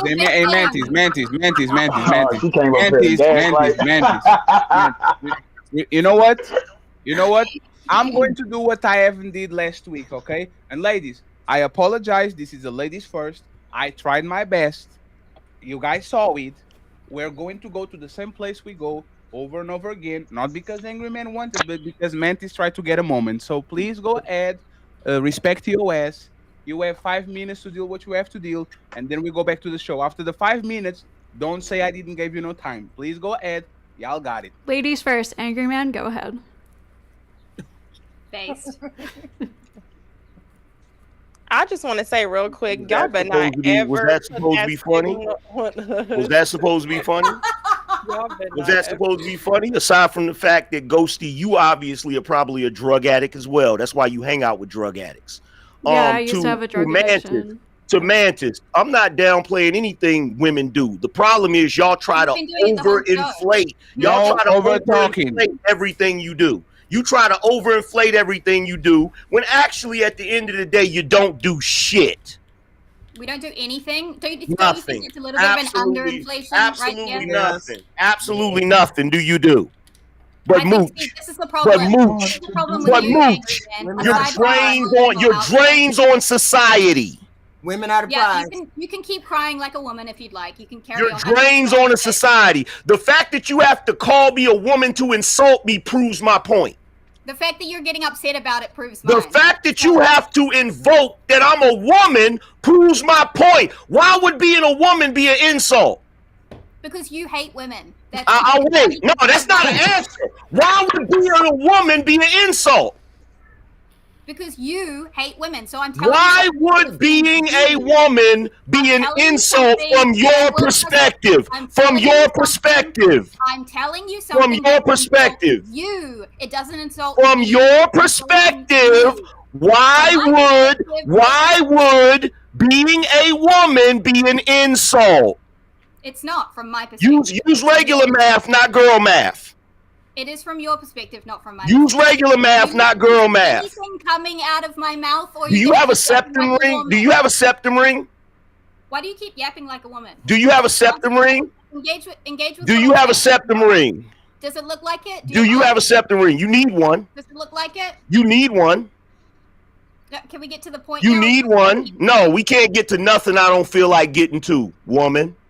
Go. You gonna throw a tantrum? It's just not engaged. No, I'm gonna keep doing what I'm doing. I'm gonna keep doing what I'm doing because your shaming tactics don't work. They don't work. Throwing a tantrum. They don't work. They don't work. So my issue with you. They don't work. They don't work. They don't work. Your shaming tactics don't work. You came up here trying to have a moment, and now here's your moment. Here's your moment. Here comes the woman. I gotta prove to the big bad man that I have a voice, and I'm woman. Hear me roar. Let me put up my little muscle. Come on, let's hear it. Why are you not a drain on society? It looks like it's working. Why are you not a drain on society? So my problem with what Angry Man does. Why are you not a drain on society? Necessarily everything that. What do you contribute to society? He always has. What do you contribute to society? I'm just going to keep talking if you're going to. What do you contribute to society? What do you contribute to society? What do you contribute to society? You don't contribute anything to society. What you're gonna do is the exact same thing Megan Thee Stallion is gonna do. What you do is you get your wealth by from men through divorces after you trick them into marrying you. That's what you do. That's how you get your wealth. You're literally a drain on society. Every single thing that we build and set up is what you benefit from, and then you get up here and run your mouth like we're not the shit when we really are, because if it wasn't for us, you would be living in the woods, shitting in a hole. Why are you not a drain on society? Are you going to engage with what I say? Why are you not a drain on society? You can pull that shit with all these newbies. I'm old school manosphere. If you want to sit there and not say nothing, I'll fill up the space with my voice. That's what men do. That's what men do. Yeah, there we go. There we go. Crash out. There we go. Crash out. She has her own question. Don't save her, Tom. You're not gonna answer the question. Why are you not a drain on society? She makes more than her Why fucking are you boyfriend. not a drain on society? Why are you not a drain on society? If a woman makes enough money to look after herself, how is she a drain on society? If she makes enough money to look after herself, how is she not a drain on society? Is that what you said? Yeah. Because you're not contributing shit. That's your argument? You're still talking about what you're doing for yourself. See, this is the point. You're still talking about what you're doing for yourself. What do you do as a woman that contributes to the society? If a woman makes enough to support herself and the people around her, how is that not contributing something? And what is that draining at the same time? Yeah. What is that draining? Are you going silent now, motherfucker? Motherfucker! Are you going silent now, motherfucker? You still didn't answer the question. You still didn't answer the question. You still didn't answer the question. No. There's no calm down. No, there's no calm. No, there's no calm down. Let him have it. The timer is up there. You got it. You didn't. You still didn't answer the question. What are you contributing to society that doesn't benefit you? That doesn't benefit you solely. What are you contributing? Go ahead. Would you like me to answer about me Sure. Are personally? you going to add some motherfuckers in there when you do it? Because that was really cute. Are you talking about me personally or women in general? Because I know you guys like to play this game I'm about talking about women in anecdotes, general. and then you Talking switch about to women in general. Talking about women in general. If a woman works, makes enough money to provide for herself and her people around her, her family, and pays taxes and shit, she's already contributing to society. So What women else do you provide. want? You want Women to make provide for. families Women homeless provide for other people Sunday? other than their children. What do you think Women- having a job is? Having a job is contributing to society. I'm not talking to you, Ghosty. I'm not talking to you. Women. So what you're saying is women provide for other people other than their children. Wait, everyone's telling me I need to turn my mic up because they want to hear me more than they want to hear you. So give me 1 second. You notice the deflections every time I ask her a question, right? So she acts like she wants to have the conversation, but then when I actually have the conversation, then she deflects and pretends like she didn't hear what I said. Typical woman shit. Let's make sure that we understand that both of us contribute equally to this society. Your part is not or more important than a woman's part, and a woman's part is not more. Yeah, women are contributing to society by being professional chair sitters. See how none of us have literally talked shit about men this whole time? It's just you fucking dismissing and trying to say, no, women are the bad ones. We literally never say, oh, men are draining society, men are doing this, men are the ones, blah, blah, blah. But as soon as I say, oh, men also do something bad, you're like, no, they don't. It's only women. Every fucking time. We have not put down men one time this on entire panel. I absolutely did. You don't have to, because the entire society does it. You don't have to, because there's already a trend of that, so you don't even have to do that. So when they say something on the society, then you address them. It's a society, but on this panel, no HQ. HQ. Check this out. Check this out. HQ. Hold on. Check this out. HQ and Ghosty. What I'm gonna do is what I wanna do. I'm a grown man.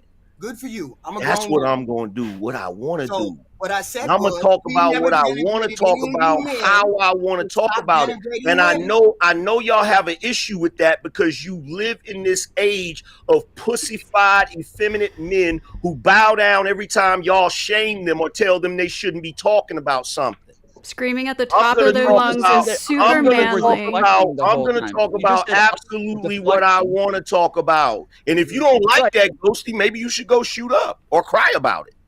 I've never you're saying others are deflecting, yet when you're asked questions, you don't respond and then say, I just talk about whatever I did want to respond, Tom. I did respond. You didn't respond. You just yelled. Wait, one second. Hey, Tom. Without the respect. Break out the cake now. No. Without the respect, she was actually not trying to have a conversation. She came to pick at all. No, Fetty, I was. One second, please. Hey, I think I'm running a show, so please let me finish, right? So what I'm going to do is this, right? Now that both of y'all got your rocks off and I didn't stop it, I'm going to put more 5 minutes on the clock so Angry Men and actually Mantis can have a conversation and address each other. If you start to dismiss another person conversation, I will end this one-on-one, read the super chat, and give the microphone to Roses and to Nunu because they be waiting patiently. Start screaming at each other, okay? And start dismissing each other, and we're done with this, and we go back to the show, okay? Angry Man and Mantis. Mantis, you came for this man.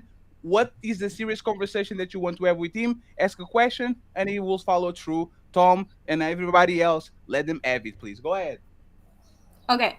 What I came in to say, although I was rudely interrupted many times, was that I have an issue with the way, like, some of the things Angry Man says aren't, like, incorrect. I think he kind of puts subjective things and makes them very objective a lot of the time, which is just, like, false. But I think that mostly my issue with him is he overinflates what men do, and he underinflates what women do. And he I think it's like a compensatory thing because he feels victimized or something. So in order to like make up for that, he needs to drag everything women do down as much as possible and uplift men as much as possible. So it becomes this like really big disparity that makes him look like a tool, to be honest, instead of like just being a reasonable person. I mean, there's a reason why his name is Angry Man and not the Rational Man. No, the reason why my name is Angry Man is because Izzy Man's younger brother, who is now dead, may he rest in peace, gave me that nickname. So my friend my friend who's no longer here gave me that nickname, and that's the reason why I use that name is in his. You try to guilt me like a woman would try and guilt someone with emotional manipulation. She's interrupting me, Fatty. She's interrupting me. She's not trying to have the conversation. You're interrupting me. No, I'll talk about what I said then, not just about the irrelevant piece at the end. What I'm doing is I'm giving you context instead of allowing you to make an asinine assumption about. You don't like context. You always hand wave context. I actually love context, and I actually love listening. So that's why I was listening to you while you were talking, which you're not doing with me. I've been watching the whole panel. Which you're not doing with me. I'll tell you what women do contribute to society. You contribute to the general confusion and bullshit. It's the vast majority, yes, simple-minded man. There we go, right there. The vast majority of like you haven't been insulting her this whole time. The vast majority. Why are you even talking, Ghosty?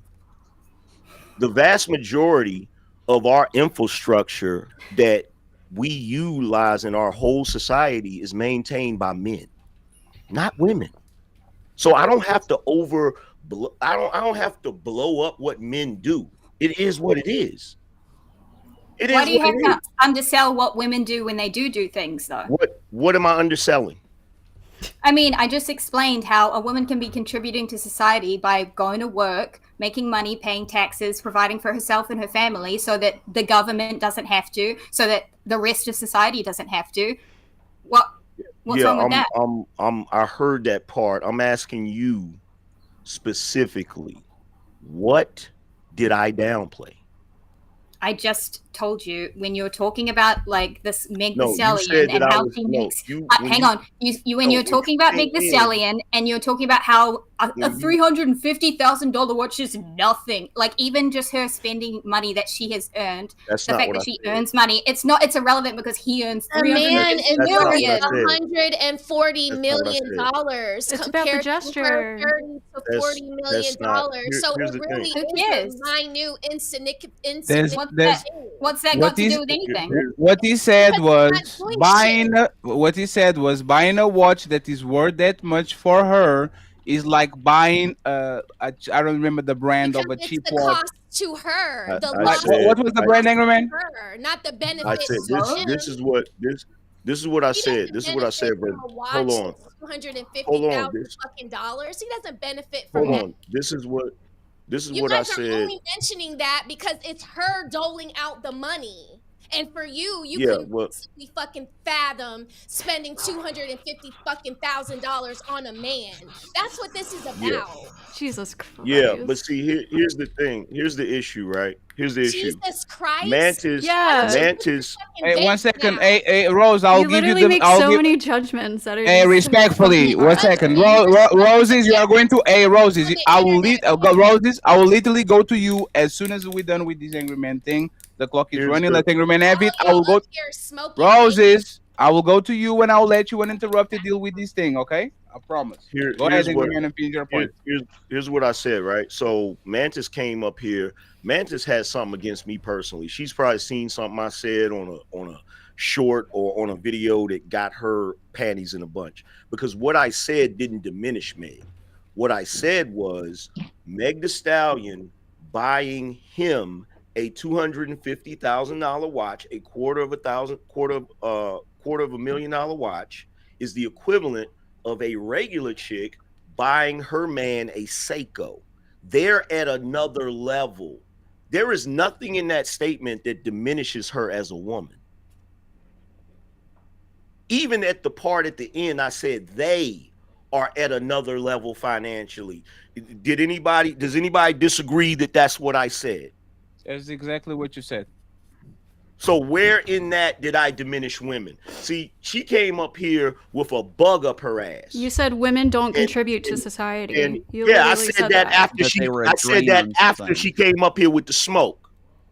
After she came up. Oh, so you got emotional and said something you didn't mean? After she came up here with the smoke, I started talking shit to her. Absolutely. You said, so you didn't mean that. You just said that out of anger or something? No, I meant the shit. Okay, so there you are. Like you're okay, but what's the point? Would that have even came up if she would have not came up here with a bug in her ass about me? She answered your question. She said if so a woman takes care of herself, has a job. That's not what I'm talking about. What I'm talking about is her coming up here making the assumption that I was trying to downplay women off of what I said about her buying that watch. Well, no, she watched the entire panel. She's been watching the entire panel. I did not see. This is what I'm talking about right here. This is what I'm talking about right here. It's the big bad man, and we gotta constantly rescue the women. What? Oh, you're downplaying what women do, and in that moment, what I said did not downplay a single thing that women do. Not to mention the fact that I wasn't even talking about women; I was talking about Meg the Stallion in that moment.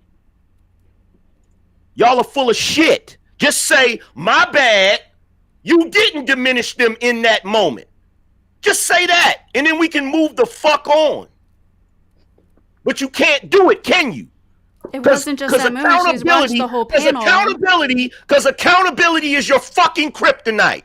Y'all get up here all the time on these panels with your bullshit, lying about your mentality, lying about the things you do, lying through your fucking teeth. And then when somebody calls you out on it, you want to get in your feelings about it. I'm sorry, what did I lie about? Your whole fucking past. My whole fucking past is a lie. My terrible past that you guys won't shut up about now and use as an insult against me, I've been lying about. Yeah, I dated geeks. I dated the geeks. Yeah. You dated geeks in high school. I'm dating a geek right now. Whatever. Tell that to somebody believe that goofy ass shit. I don't give a fuck if you believe me or not. I come up here and I talk about my life. I tell the fucking truth, whether you like it or not. I know, apparently you have no life experience because you can't understand the average dating experience for most people. You live in a fantasy. It's really funny. Apparently you do. You're defending it. Mantis, my StreamYard ahead. messes a lot for me. I don't know why. It is just StreamYard. It's fine. Go ahead. You have 3 minutes, and then I'll bring Rose to address whatever she wants to address. Go ahead. Okay, so the one example I brought up is like a pretty insignificant example based on everything that Angry Man has said on this whole panel, where he has like pretty consistently downplayed women's like role or anything that they do, or slandered them, or just talked a lot of shit. I mean, he did literally say that women are like a drain on society. So I don't know why you would say things like I'm not finished, Angry Man. So I don't know why. What did I say prior to that? What did I say prior to that? What did I say prior to that on this panel that downplayed women? Prior to you making that statement, tell me what I said specifically that downplayed women. Is my camera crashed again? No. You're good. No? Focus on the audio. Okay. The camera is okay. So the whole conversation, the whole conversation that you were having before this was about women, and like it kind of ties into this conversation as well. Where you're talking about women and what they perceive to be a good guy or a bad guy and a nice guy. And every time the women on the panel would bring up their experience and that they have done exactly the things that you say women never do and that they've never done, you completely dismiss their experience because you don't actually care about women's experience. You just care about projecting your own victimhood onto them. That's Okay, so I'm going to ask you again, because what I said about women's experience, I said that we were all the total opposite. And I broke down how men get into relationships with women on a purely superficial. Yeah, we agree. metric. Men and women are different. On Yes. a pure. Can I please finish? You're just restating the obvious. Can I Men and women please are different. finish? Can I please finish? Can I It's so please boring, finish? dude. Yeah, keep yapping. You see, y'all see this, right? Absolutely. You Y'all called him see it, boring. right? You called him boring, but you came in to fight him. Yeah. Here's Why, the why, thing. why are you trying to fight him? Why are you trying now? Why are you trying? Hey, one second. Hey, lady, one second. Lady, one second. Hey, lady, one second. Hey, lady, one second. Hey, lady, one second. If you believe that, like, you are trying to pick up a fight, and now that you got the fight for whatever reason, like, oh, you're too boring. You don't want it. Now you don't want the like, smoke. what's the? You want I to still fight? think you're boring. You Now just you don't say want you the state smoke. the obvious. Now you don't I want the still think you're smoke boring. because now I you think don't want the you smoke state the because if we rewind the tape, there is absolutely no point from the beginning of the show all the way up to the statement I made about Meg Thee Stallion and the $250,000 watch where I diminished women in any fucking way. You came up here because you already had a bias with me. And you had a bug in your ass, and so you said what you said, and now you can't back it up because you can't say anything specific that I said that diminished women. Because what I did was I talked about both men and women and the reason why we date the way we date. There was nothing I said that diminished women in any way. There was. Then tell me specifically what it was. Okay, let me think of something specific you said, like when Ghosty was telling brought you. up the fact. Yes, she brought up the Ghosty and the other woman, both HQ, but both of them gave their experiences, and both times you said that they were lying. You said they were lying. How is that diminishing? How is that diminishing? How is that? Hold on for a second, Tom. How is that diminishing what women do? Every negative trait you have. How is that qualified diminishing to what the women do? Just throughout this panel. Because the whole reason she brought it up initially was because of the Meg Thee Stallion reference that I made when I said her buying that watch is the equivalent of a woman buying her man a Seiko. That's the reason why she said it. So she said you want to downplay everything women do in society. What part of me saying what you just said, Ghosty, or what you just said, Tom, is downplaying what women do in society? For an example, the first time she gave the Stallion example, then she said you've been doing it the whole panel. You said what else did I do? She gave you two other examples, and then you pivot back to the fucking. No, she didn't give me two. She didn't give me two examples. She didn't give me two examples. What two examples did she give? Does she have to read word for word? Like you're coming in to save the women, but even you can't give an example. Give me the example, Tom. HQ and Ghosty. I just did the same thing that she said. I'm just repeating what she said. The HQ and Ghosty. If you're just because he won't respond to anything that she says. He won't. He just keeps pivoting. So first of all, Tom. Here's the thing, Tom. Why are you talking? Here's the thing, Tom. Here's the thing, Tom. He keeps pivoting and won't actually respond to a single thing that she Tom, says. nobody's pivoting. Nobody's pivoting. I have addressed what you said literally. I said to you, how does that diminish what women do in society? If a woman sits up here and she says, this happened to me when I was younger, or I did this way, and I say, I don't believe that's a lie. How does that diminish? How does that shut the fuck up? How does that diminish what they do in society, Tom? How does that diminish what they do in society, Tom? I'm pretty sure her initial statement was that you diminish women, not what they do in society. You brought up society after that, saying that they don't contribute to society. No, it wasn't. The initial statement was she being goofy and doing ad hominems and started attacking him and talking under her breath and talking shit. And then when they actually start talking with each other, he addressed and he said, I'm not diminishing woman. I only did it after she started to throw pot shots. Respectfully, y'all have to tell the whole story. I'm talking. And I will say, one second. I will ask this to Tom and to Mantis.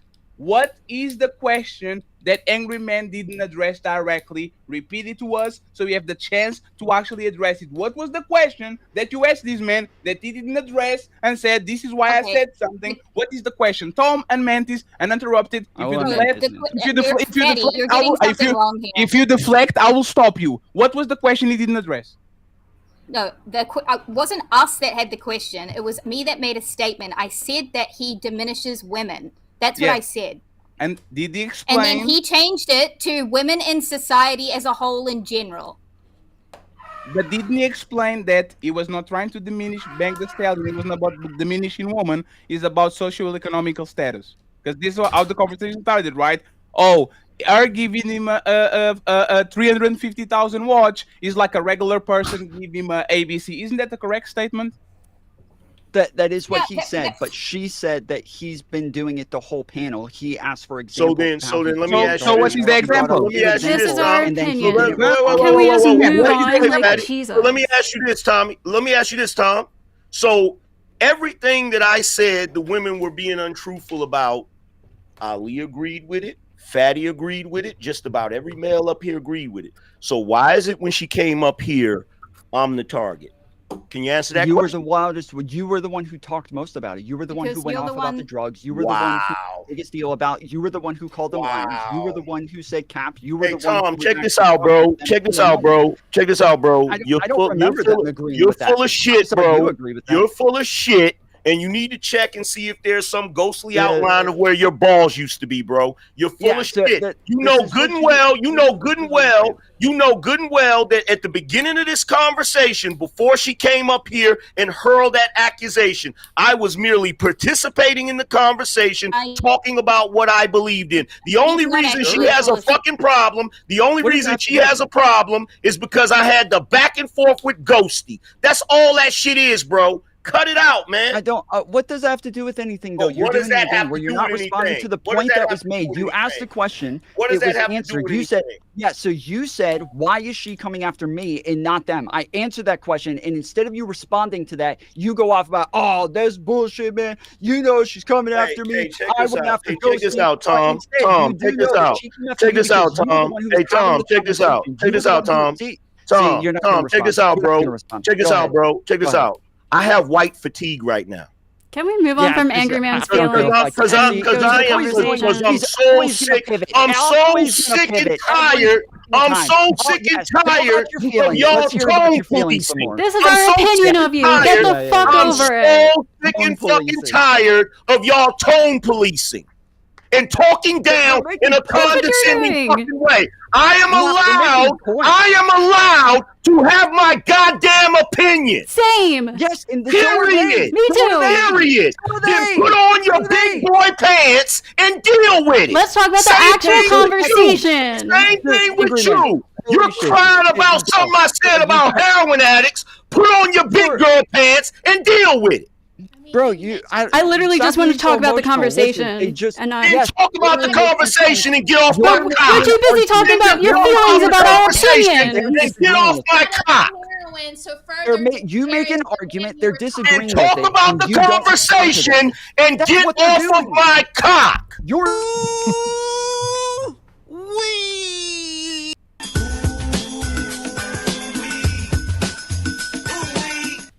Ladies, this is the ladies' first show. Roses has the same opinion as Angry Man, so deal with her now, okay? We are going to see. Okay, we can talk. Since Roses has the same opinions as Angry Man, I want y'all to have the same smoke since y'all be talking, okay? And I will say this, please. I did. Respect our friends from Valhalla. Let's not make this racial again. This is the third week in a row. Let's not do it, okay? It's what they go do and they got nothing. Let's keep it in bounds, okay? I don't want this to go to Rumble. So go ahead, Roses and Mantis, and if you want to join Ghosty, go ahead, Roses and Interrupted, and then Mantis and Ghosty can go ahead and say what they want to say. Go ahead. Okay, so women make such great contributions to society that what is the one thing that if women stop doing right now today would drastically affect my life tomorrow? Their job. What is their job? Literally every single job that women hold right now. If they Every single one. If they stopped doing it, society would stop running. You guys are laughing. It's so funny. Women make up 50%. What job do you hold? What job do I hold? It's not about Yes, your job. If you stop doing your job tomorrow, would we be affected? It's funny because I didn't say just me. I said all women. Every single one. They actually had a day where all women didn't go to work and nothing happened. Wait. That's- What is the argument? Are we trying to argue that women don't contribute to society? Yes. Is that what you're arguing? Yes, that is Raquel? what they're arguing. No, that's What not about having babies? What that if is what if not women what stop my having argument babies? is. Excuse me. Oh, the birth rate is in the crapper, so you suck at that too. You need a man for Wait, so that. does that affect society? Is the birth friend, rate or is the birth rate not in the friend, crapper right now? Hey, respectfully, Roses was waiting so patiently when y'all were throwing shit at each other. Y'all What's have the to at argument? least engage with her, or we're going to move on to the topic. I'm engaging with her. I did too. Roses and interrupted. What is the point, Roses, so they can address it? Go ahead. My point is that, for one, Angry Man never diminished anything. He's only speaking to Meg the Stallion and Klay Thompson. There is no return on investment for Klay. Me, as a mother with one child who is a son, I would not want my son bringing home a Meg the Stallion telling me that he is looking to make her his wife. To me, a woman at 30 years old with no children but a whole fax for as long as I can see is not worth my only son mating with, dating with, putting on a pedestal.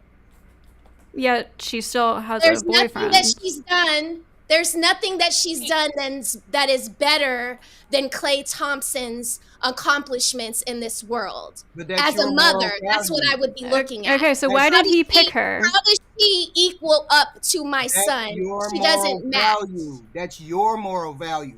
That's not My his moral value? My That's moral your value? moral value. No, It's no, not HQ. his moral It's value. like this. My son is not going to be raised to go out and date hoes or marry baby mamas. No, that's She's not not a a baby moral mama. thing. And who's to say she's a hoe? The That's reason his why moral That Clay is not the standard that I'm setting in my house, HQ. That is not a standard that you set, that you say to your son, it's okay if you like her, if she's This is just you being pretty, it's judgmental. okay to date a single mom. Yet the That will super never rich, be okay yet in the my super house. rich man is I still will dating never her. give my blessing for that. Take that off the Yeah, table. yeah. Okay, For some reason, my Klay finds her blessing for more Megan Thee attractive Stallion. and worth. She's So, not getting so my why do the ladies disagree with Roses? What? Why do why the did ladies Klay disagree with Roses? Is saying Because one they second, don't please. want their whole If- facts to matter. if- That's if- why they don't agree. Because Roses they is- want to wash off their wholeness. Again. They want another man to look at And that wasn't them a question like they for are you, not a hoe. Roses. We know you like to So preach. much- We know you like to prophesize and do all your shit, but So that much wasn't a question judgment. for Francis, you. you don't know me. You don't know You don't me. know I us, bitch, and you don't keep like- acting just like you do. don't like- You keep don't putting like- words in her don't mouth. like to have a good time.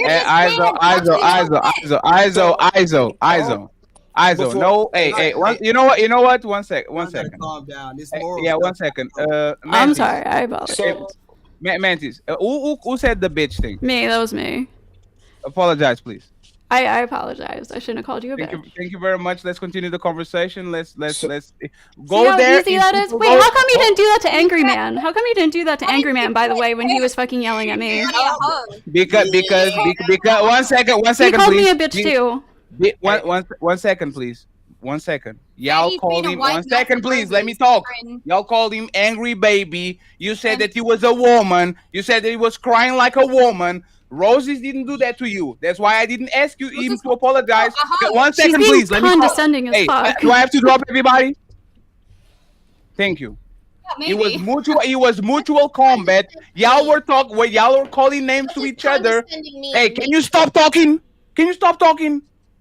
It was mutual combat. Y'all were calling him names, so he has the right to call you names. Roses didn't call you no bitches, no hoes, no nothing. So you are going to match her energy and talk the way that she's talking with you. Okay, fair, That's fair, all. fair. You are not a victim, Ghosty, because you are calling him a woman and a baby. So now we're Oh going my to god. actually Calm we are down. I'm going saying fair, dude. Hey, I'm lady, saying you fair. don't do. Hey, lady, you don't do the calm down shit after you call somebody a bitch that didn't call you nothing. You are the one that need to calm down. She's been making insults and Yeah, being super condescending this been entire annoying, right? time. No, but that's the. Hey, but Ghosty, but if Just I because called she you a didn't say bitch, a curse word but if I doesn't called mean you she a- hasn't been but saying if I- mean but- things but- to me. Hey, and this is my problem with y'all. It's been when personal. Andrew Wilson, well, no, hey, stop talking. When Andrew Wilson comes around and calls you idiots and dumbs and bitches with no reason for it, everybody's like, "Oh my God, look at the decorum! Him's calling me dumb and a bitch." But now, all of a sudden, because you feel comfortable doing it, I can check you. I'm saying you apologize. It's already done. I didn't stop you, an angry man. It was mutual comeback. Now that Roses is up, address her in the tone she addressed you. You can scream, you can be address her loud. in the same Don't Hey, call just her don't say I'm bitch trying to play if she's not victim. calling you a bitch. That's okay? all. That's why I gave you pushback. I apologize. That's all that is. We don't need to clean it more. Please be respectful, because if you bring disrespect, people are allowed to disrespect you back. Okay, let's just do that. But please. you gotta Exactly. point out the fact that HQ was supporting them when they were trying to say Angry Man was diminishing woman because he had an issue with a woman. But then when all of them just called Smell Roses bitches when they disagreed with her. She has the same Let me opinion. finish. No, please don't. Please let me finish. Let me finish. HQ didn't say nothing. Tomfoolery didn't say nothing. The other person who didn't say bitch didn't say nothing. Angry Man never called a woman a bitch. The Yes, only he did. people that- He said it Can to I- can I- me. Yes, he can I- did. can I- He can I- literally can I just finish? did it before. Can I finish? Did he get called a bitch? Yes, Why he you trying called to me a gaslight her? bitch.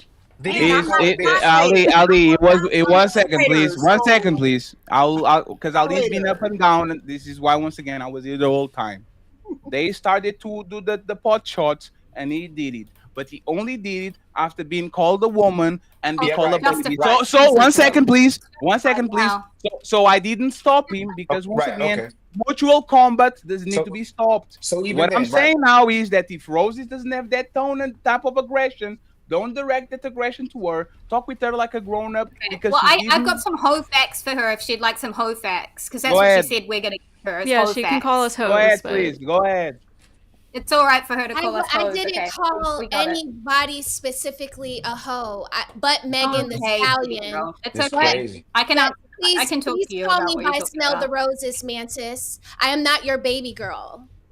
Okay? My name Everybody up calm here down. is Y'all Smell doing the too much. Roses. HQ, I don't need your commentary. No, I'm not doing Because commentary. right now it's just me and Mantis. We'll get our time. Okay, so But then what you just already did know in you your whole fuck- monologue about Not Meg the the Stallion was Not you at Wasn't all. a monologue. What you just I did had in been your- waiting to say my What- points. What you just did in your speech about Meg the Stallion was judge somebody that you don't know, and then you got angry at me for No. judging you because I don't know you. No. So I think we have a problem here when we use celebrity couples and we like do this parasocial thing where we can like analyze everyone they've dated and how much money they make and then decide whether they're valuable humans don't or care not, about the are money. good people or bad people or not. Like based on her actions, I don't know if I could call Meg the Stallion a good or a bad person at all. All I Really? see is what the fucking tabloids show. Of course So not, I 'cause don't you judge defend people hoes. like that. I don't judge people. I don't judge You're lying, people Sarah. in a relationship. I don't Party. judge people's. Hang on, you had a minute to talk, Roses. So Yeah, give let me a her minute to finish, please. I don't look at like somebody's relationship that they've just started and start analyzing whether it's like good or not or bad or not, or whether Clay thinks she's a valuable woman or if she is or not a valuable woman. I understand that's like the whole point of this is like just speculating, but like the problem I have is the speculation like should just be speculation. Right. Oh, look at And God. it shouldn't go into like therefore it's subjective facts and your facts are hoe facts. Like, I don't do that. have a question for you, Mantis, before Roses go. Is Mia Khalifa a hoe? I don't really know anything about Mia Khalifa. Yeah, Mia exactly. Khalifa, it was the #1 porn star from 2011 to 2020. Is she a hoe? And she's a porn star. He didn't ask you, She's a porn Tomfoolery. star. I don't call- She, I no, don't no, no, call her no. a- She's I don't no, no. call 1 her second. hoes. She's retired. She got married twice, Yeah. and she was 3 times engaged. We are in 2025. This Okay. woman is not doing porn anymore. Is she a hoe? No. She's a porn star. She was a porn star. Oh, that's fine. It is what it is. Roses, you have the chance to reply. It's totally fine. You got it. Hey, Ali, I'm going to the kitchen. I'll be right back. There's really no Wait, didn't you say she finished? Didn't you say she finished porn and she's married now? Definitions Why would she be a hoe now? They don't care about a definition of what anything truly is. It's just all made up fluff in their mind. What is your definition of hoe? What is your definition of hoe, Rosie? Women think that their opinions matter when they're just dizzy. This is dizziness. I don't think your opinion matters very much. I don't I'm only going off of observable reality. Your opinion matters. We can only go off of observable reality. There are patterns here. There are patterns in life. Let her land. Let her land, and you can respond. Let her land. There are patterns. There are patterns in life, whether it's my opinion or not. Smell Rose, can you hear me? I can hear you. Can y'all stop being disrespectful? Like, let her land. You asked for you to land. Let her land. Like, can we collectively be respectful to each other when we don't disagree? Well, Rosa didn't let me land either. Can you be quiet, ma'am? Can you close your mouth, please? Say the order then. Say the order. Can everyone close their mouth? I ask you to close your mouth. If we come on your shows, we're not going to disrespect you or your platform when I ask you to be quiet. If you ask me to be quiet, I'll be quiet. The problem is y'all are picking and choosing who you want to respect and don't disrespect based on disagreement. If we're about freedom of speech, if we're about respecting each other regardless of judgment, we see the bias. You're judging someone and you're treating them based on your bias. So let her land and then let Nancy's respond. Please be quiet again. Please close your mouth again. And by the way, I give everybody the fair treatment. If I disagree with you, I still respect you. If somebody's disrespecting HQ, I'm gonna address it. Anybody on here, we're gonna address it. But make sure you acknowledge your own behavior. Ali, can you hear me? Yeah, I can hear you. I just wanted to say this before I go to the kitchen. They don't want to put the label of hoe on me, Khalifa, but Roses is a bitch just because she's agreeing with him on the panel. Yeah. They are okay with labels. Bitch is one of the most offensive words that you can put on a woman. They are very okay to call a bitch a woman that they meet on panels that they have no idea who it is. But the porn star that fuck 1,000 men is not a hoe because the label doesn't fit. Well, isn't she married? The point is, isn't she married? Hold on, please. And remember this. I thought marriage wasn't a one-up. Eddie, why don't you engage? That's not the point, Angry Man. It's saying she's not a hoe if she's married. I'm not saying she's better than somebody else because she's married. Can you be quiet, please? I'm answering Angry Man who addressed me. I actually be quiet still. I don't care if he addressed you or not. Y'all justify calling Roses a bitch, but she didn't call nobody a bitch. So why does she get? She's being bitchy. That's why I called her a bitch. So now watch this. She's making personal attacks against me. I think I'm valid to say that. Can you be quiet, please? Can you be quiet, please? I'm defending myself. You're gonna pick and choose. So then it was okay for Angry Man to call all of y'all bitches because when you feel like I didn't complain about it. Can you close your mouth, please? You can rebuttal me. You can close your mouth and you can rebuttal me. I'm not cutting you off. I'm speaking. Y'all cutting me off. If it's okay for you to call her a bitch because she's being bitchy, then Angry Man can call all of y'all bitches whenever he wants to, and you can't play. Yeah, I didn't complain about it until I got specifically yelled at, even though other people were doing it. So by that logic, then that means that Meg Thee Stallion is a hoe because she's been hoed. I literally don't know her personal life. You don't know Rose's personal life. I never called her a hoe. But you called her a bitch. Yeah, she was being bitchy. She was being bitchy to me. Oh my God, this is crazy. I can't believe you don't understand. You understand that knowing whether or not somebody is sleeping with a bunch of people off of a panel is very different than somebody like the way that. Can you see me? Yeah. No. Can you see me? No, we can't see you. We can hear you though. Okay. Respectfully, again, you might not be a. Damn. Yeah, you out of here, buddy.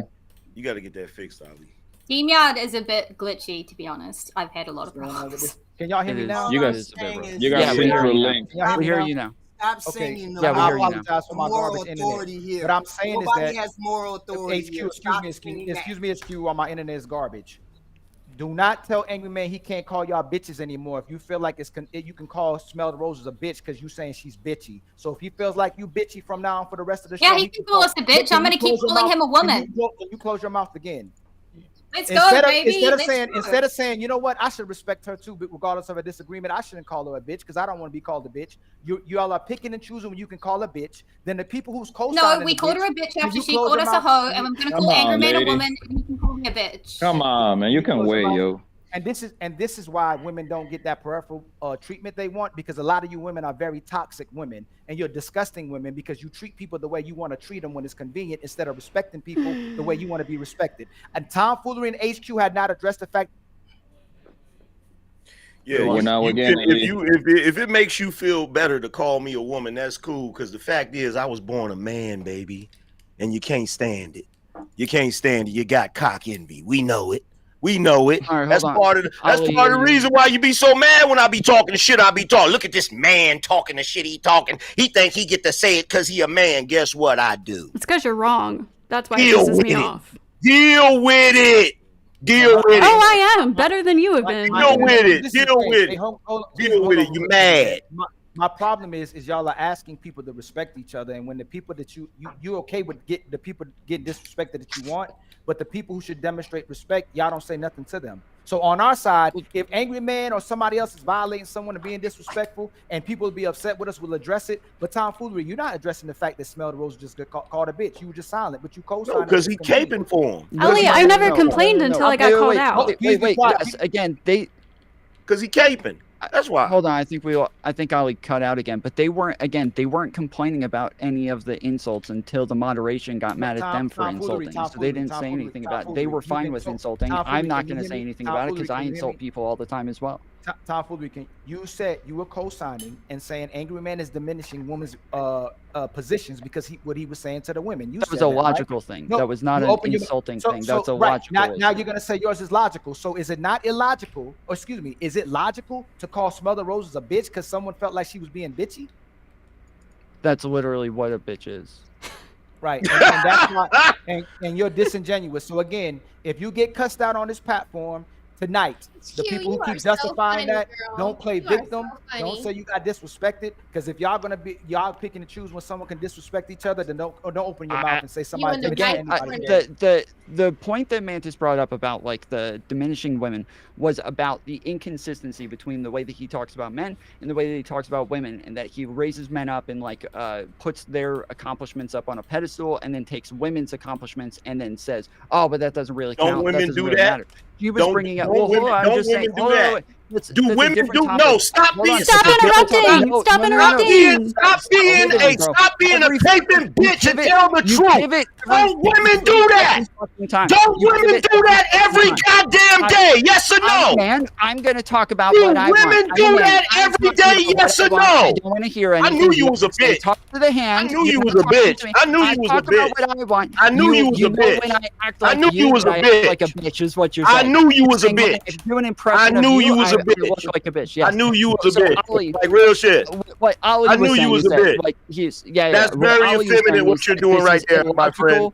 That's very effeminate. You ain't gonna answer that question because you know the truth. Why aren't you yelling at him for talking over? Do women or do they not do that every day? Do women or do they not uplift themselves and diminish men every single day?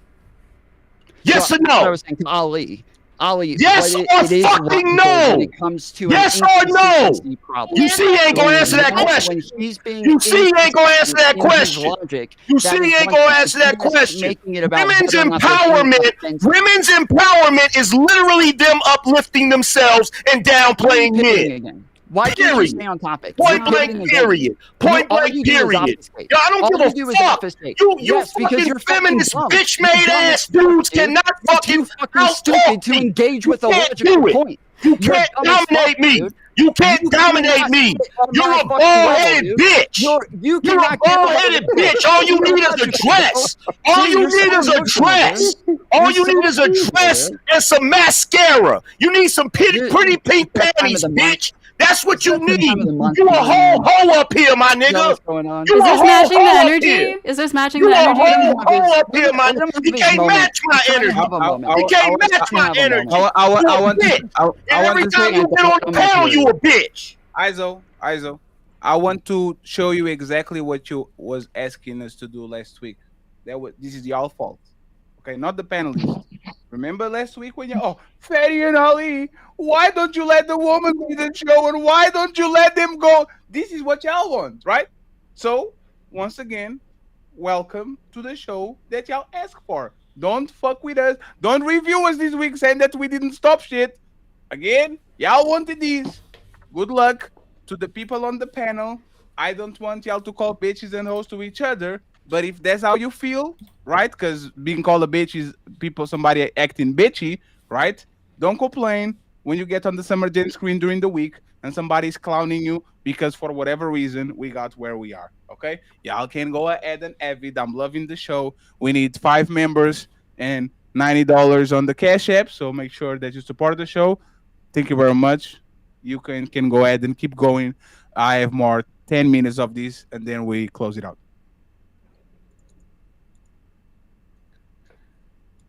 Oh, so beautiful.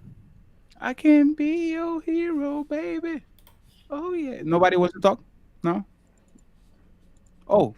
Me and Ali were talking. Angry Man spazzed out. He's having a moment, so I don't know what else. No, you having a moment, bitch. Here we go. You having a moment, bitch. You having a moment. Don't say shit. Don't say shit you wouldn't say to my face, bitch. Don't say shit you wouldn't say to my face, you hoe ass nigga. You do this every time you get on a panel. You a pussy made ass bitch that get up here and cape for women 24/7. You'll tell the truth about men, but you'll lie about women every fucking chance you get. Women literally get out here every day, diminish men to uplift themselves, and you want to sit here and act like that doesn't fucking happen. You a hoe ass nigga, bro. What was the lie you that I a told about bitch ass women? nigga, and I'm not gonna sit here and keep pretending you ain't a bitch ass nigga. You a bitch. You don't know. What did I say that's lying about women? What lie did I say about women? Period. What lie did I say about women? Period. You'll say that on the fucking internet. Motherfucking period. No, don't. Hey, Angry Man, motherfucking period. You are the only please. on the internet, bro. Hoe ass nigga. You a hoe ass nigga. Threatening people on the You a internet. hoe ass nigga.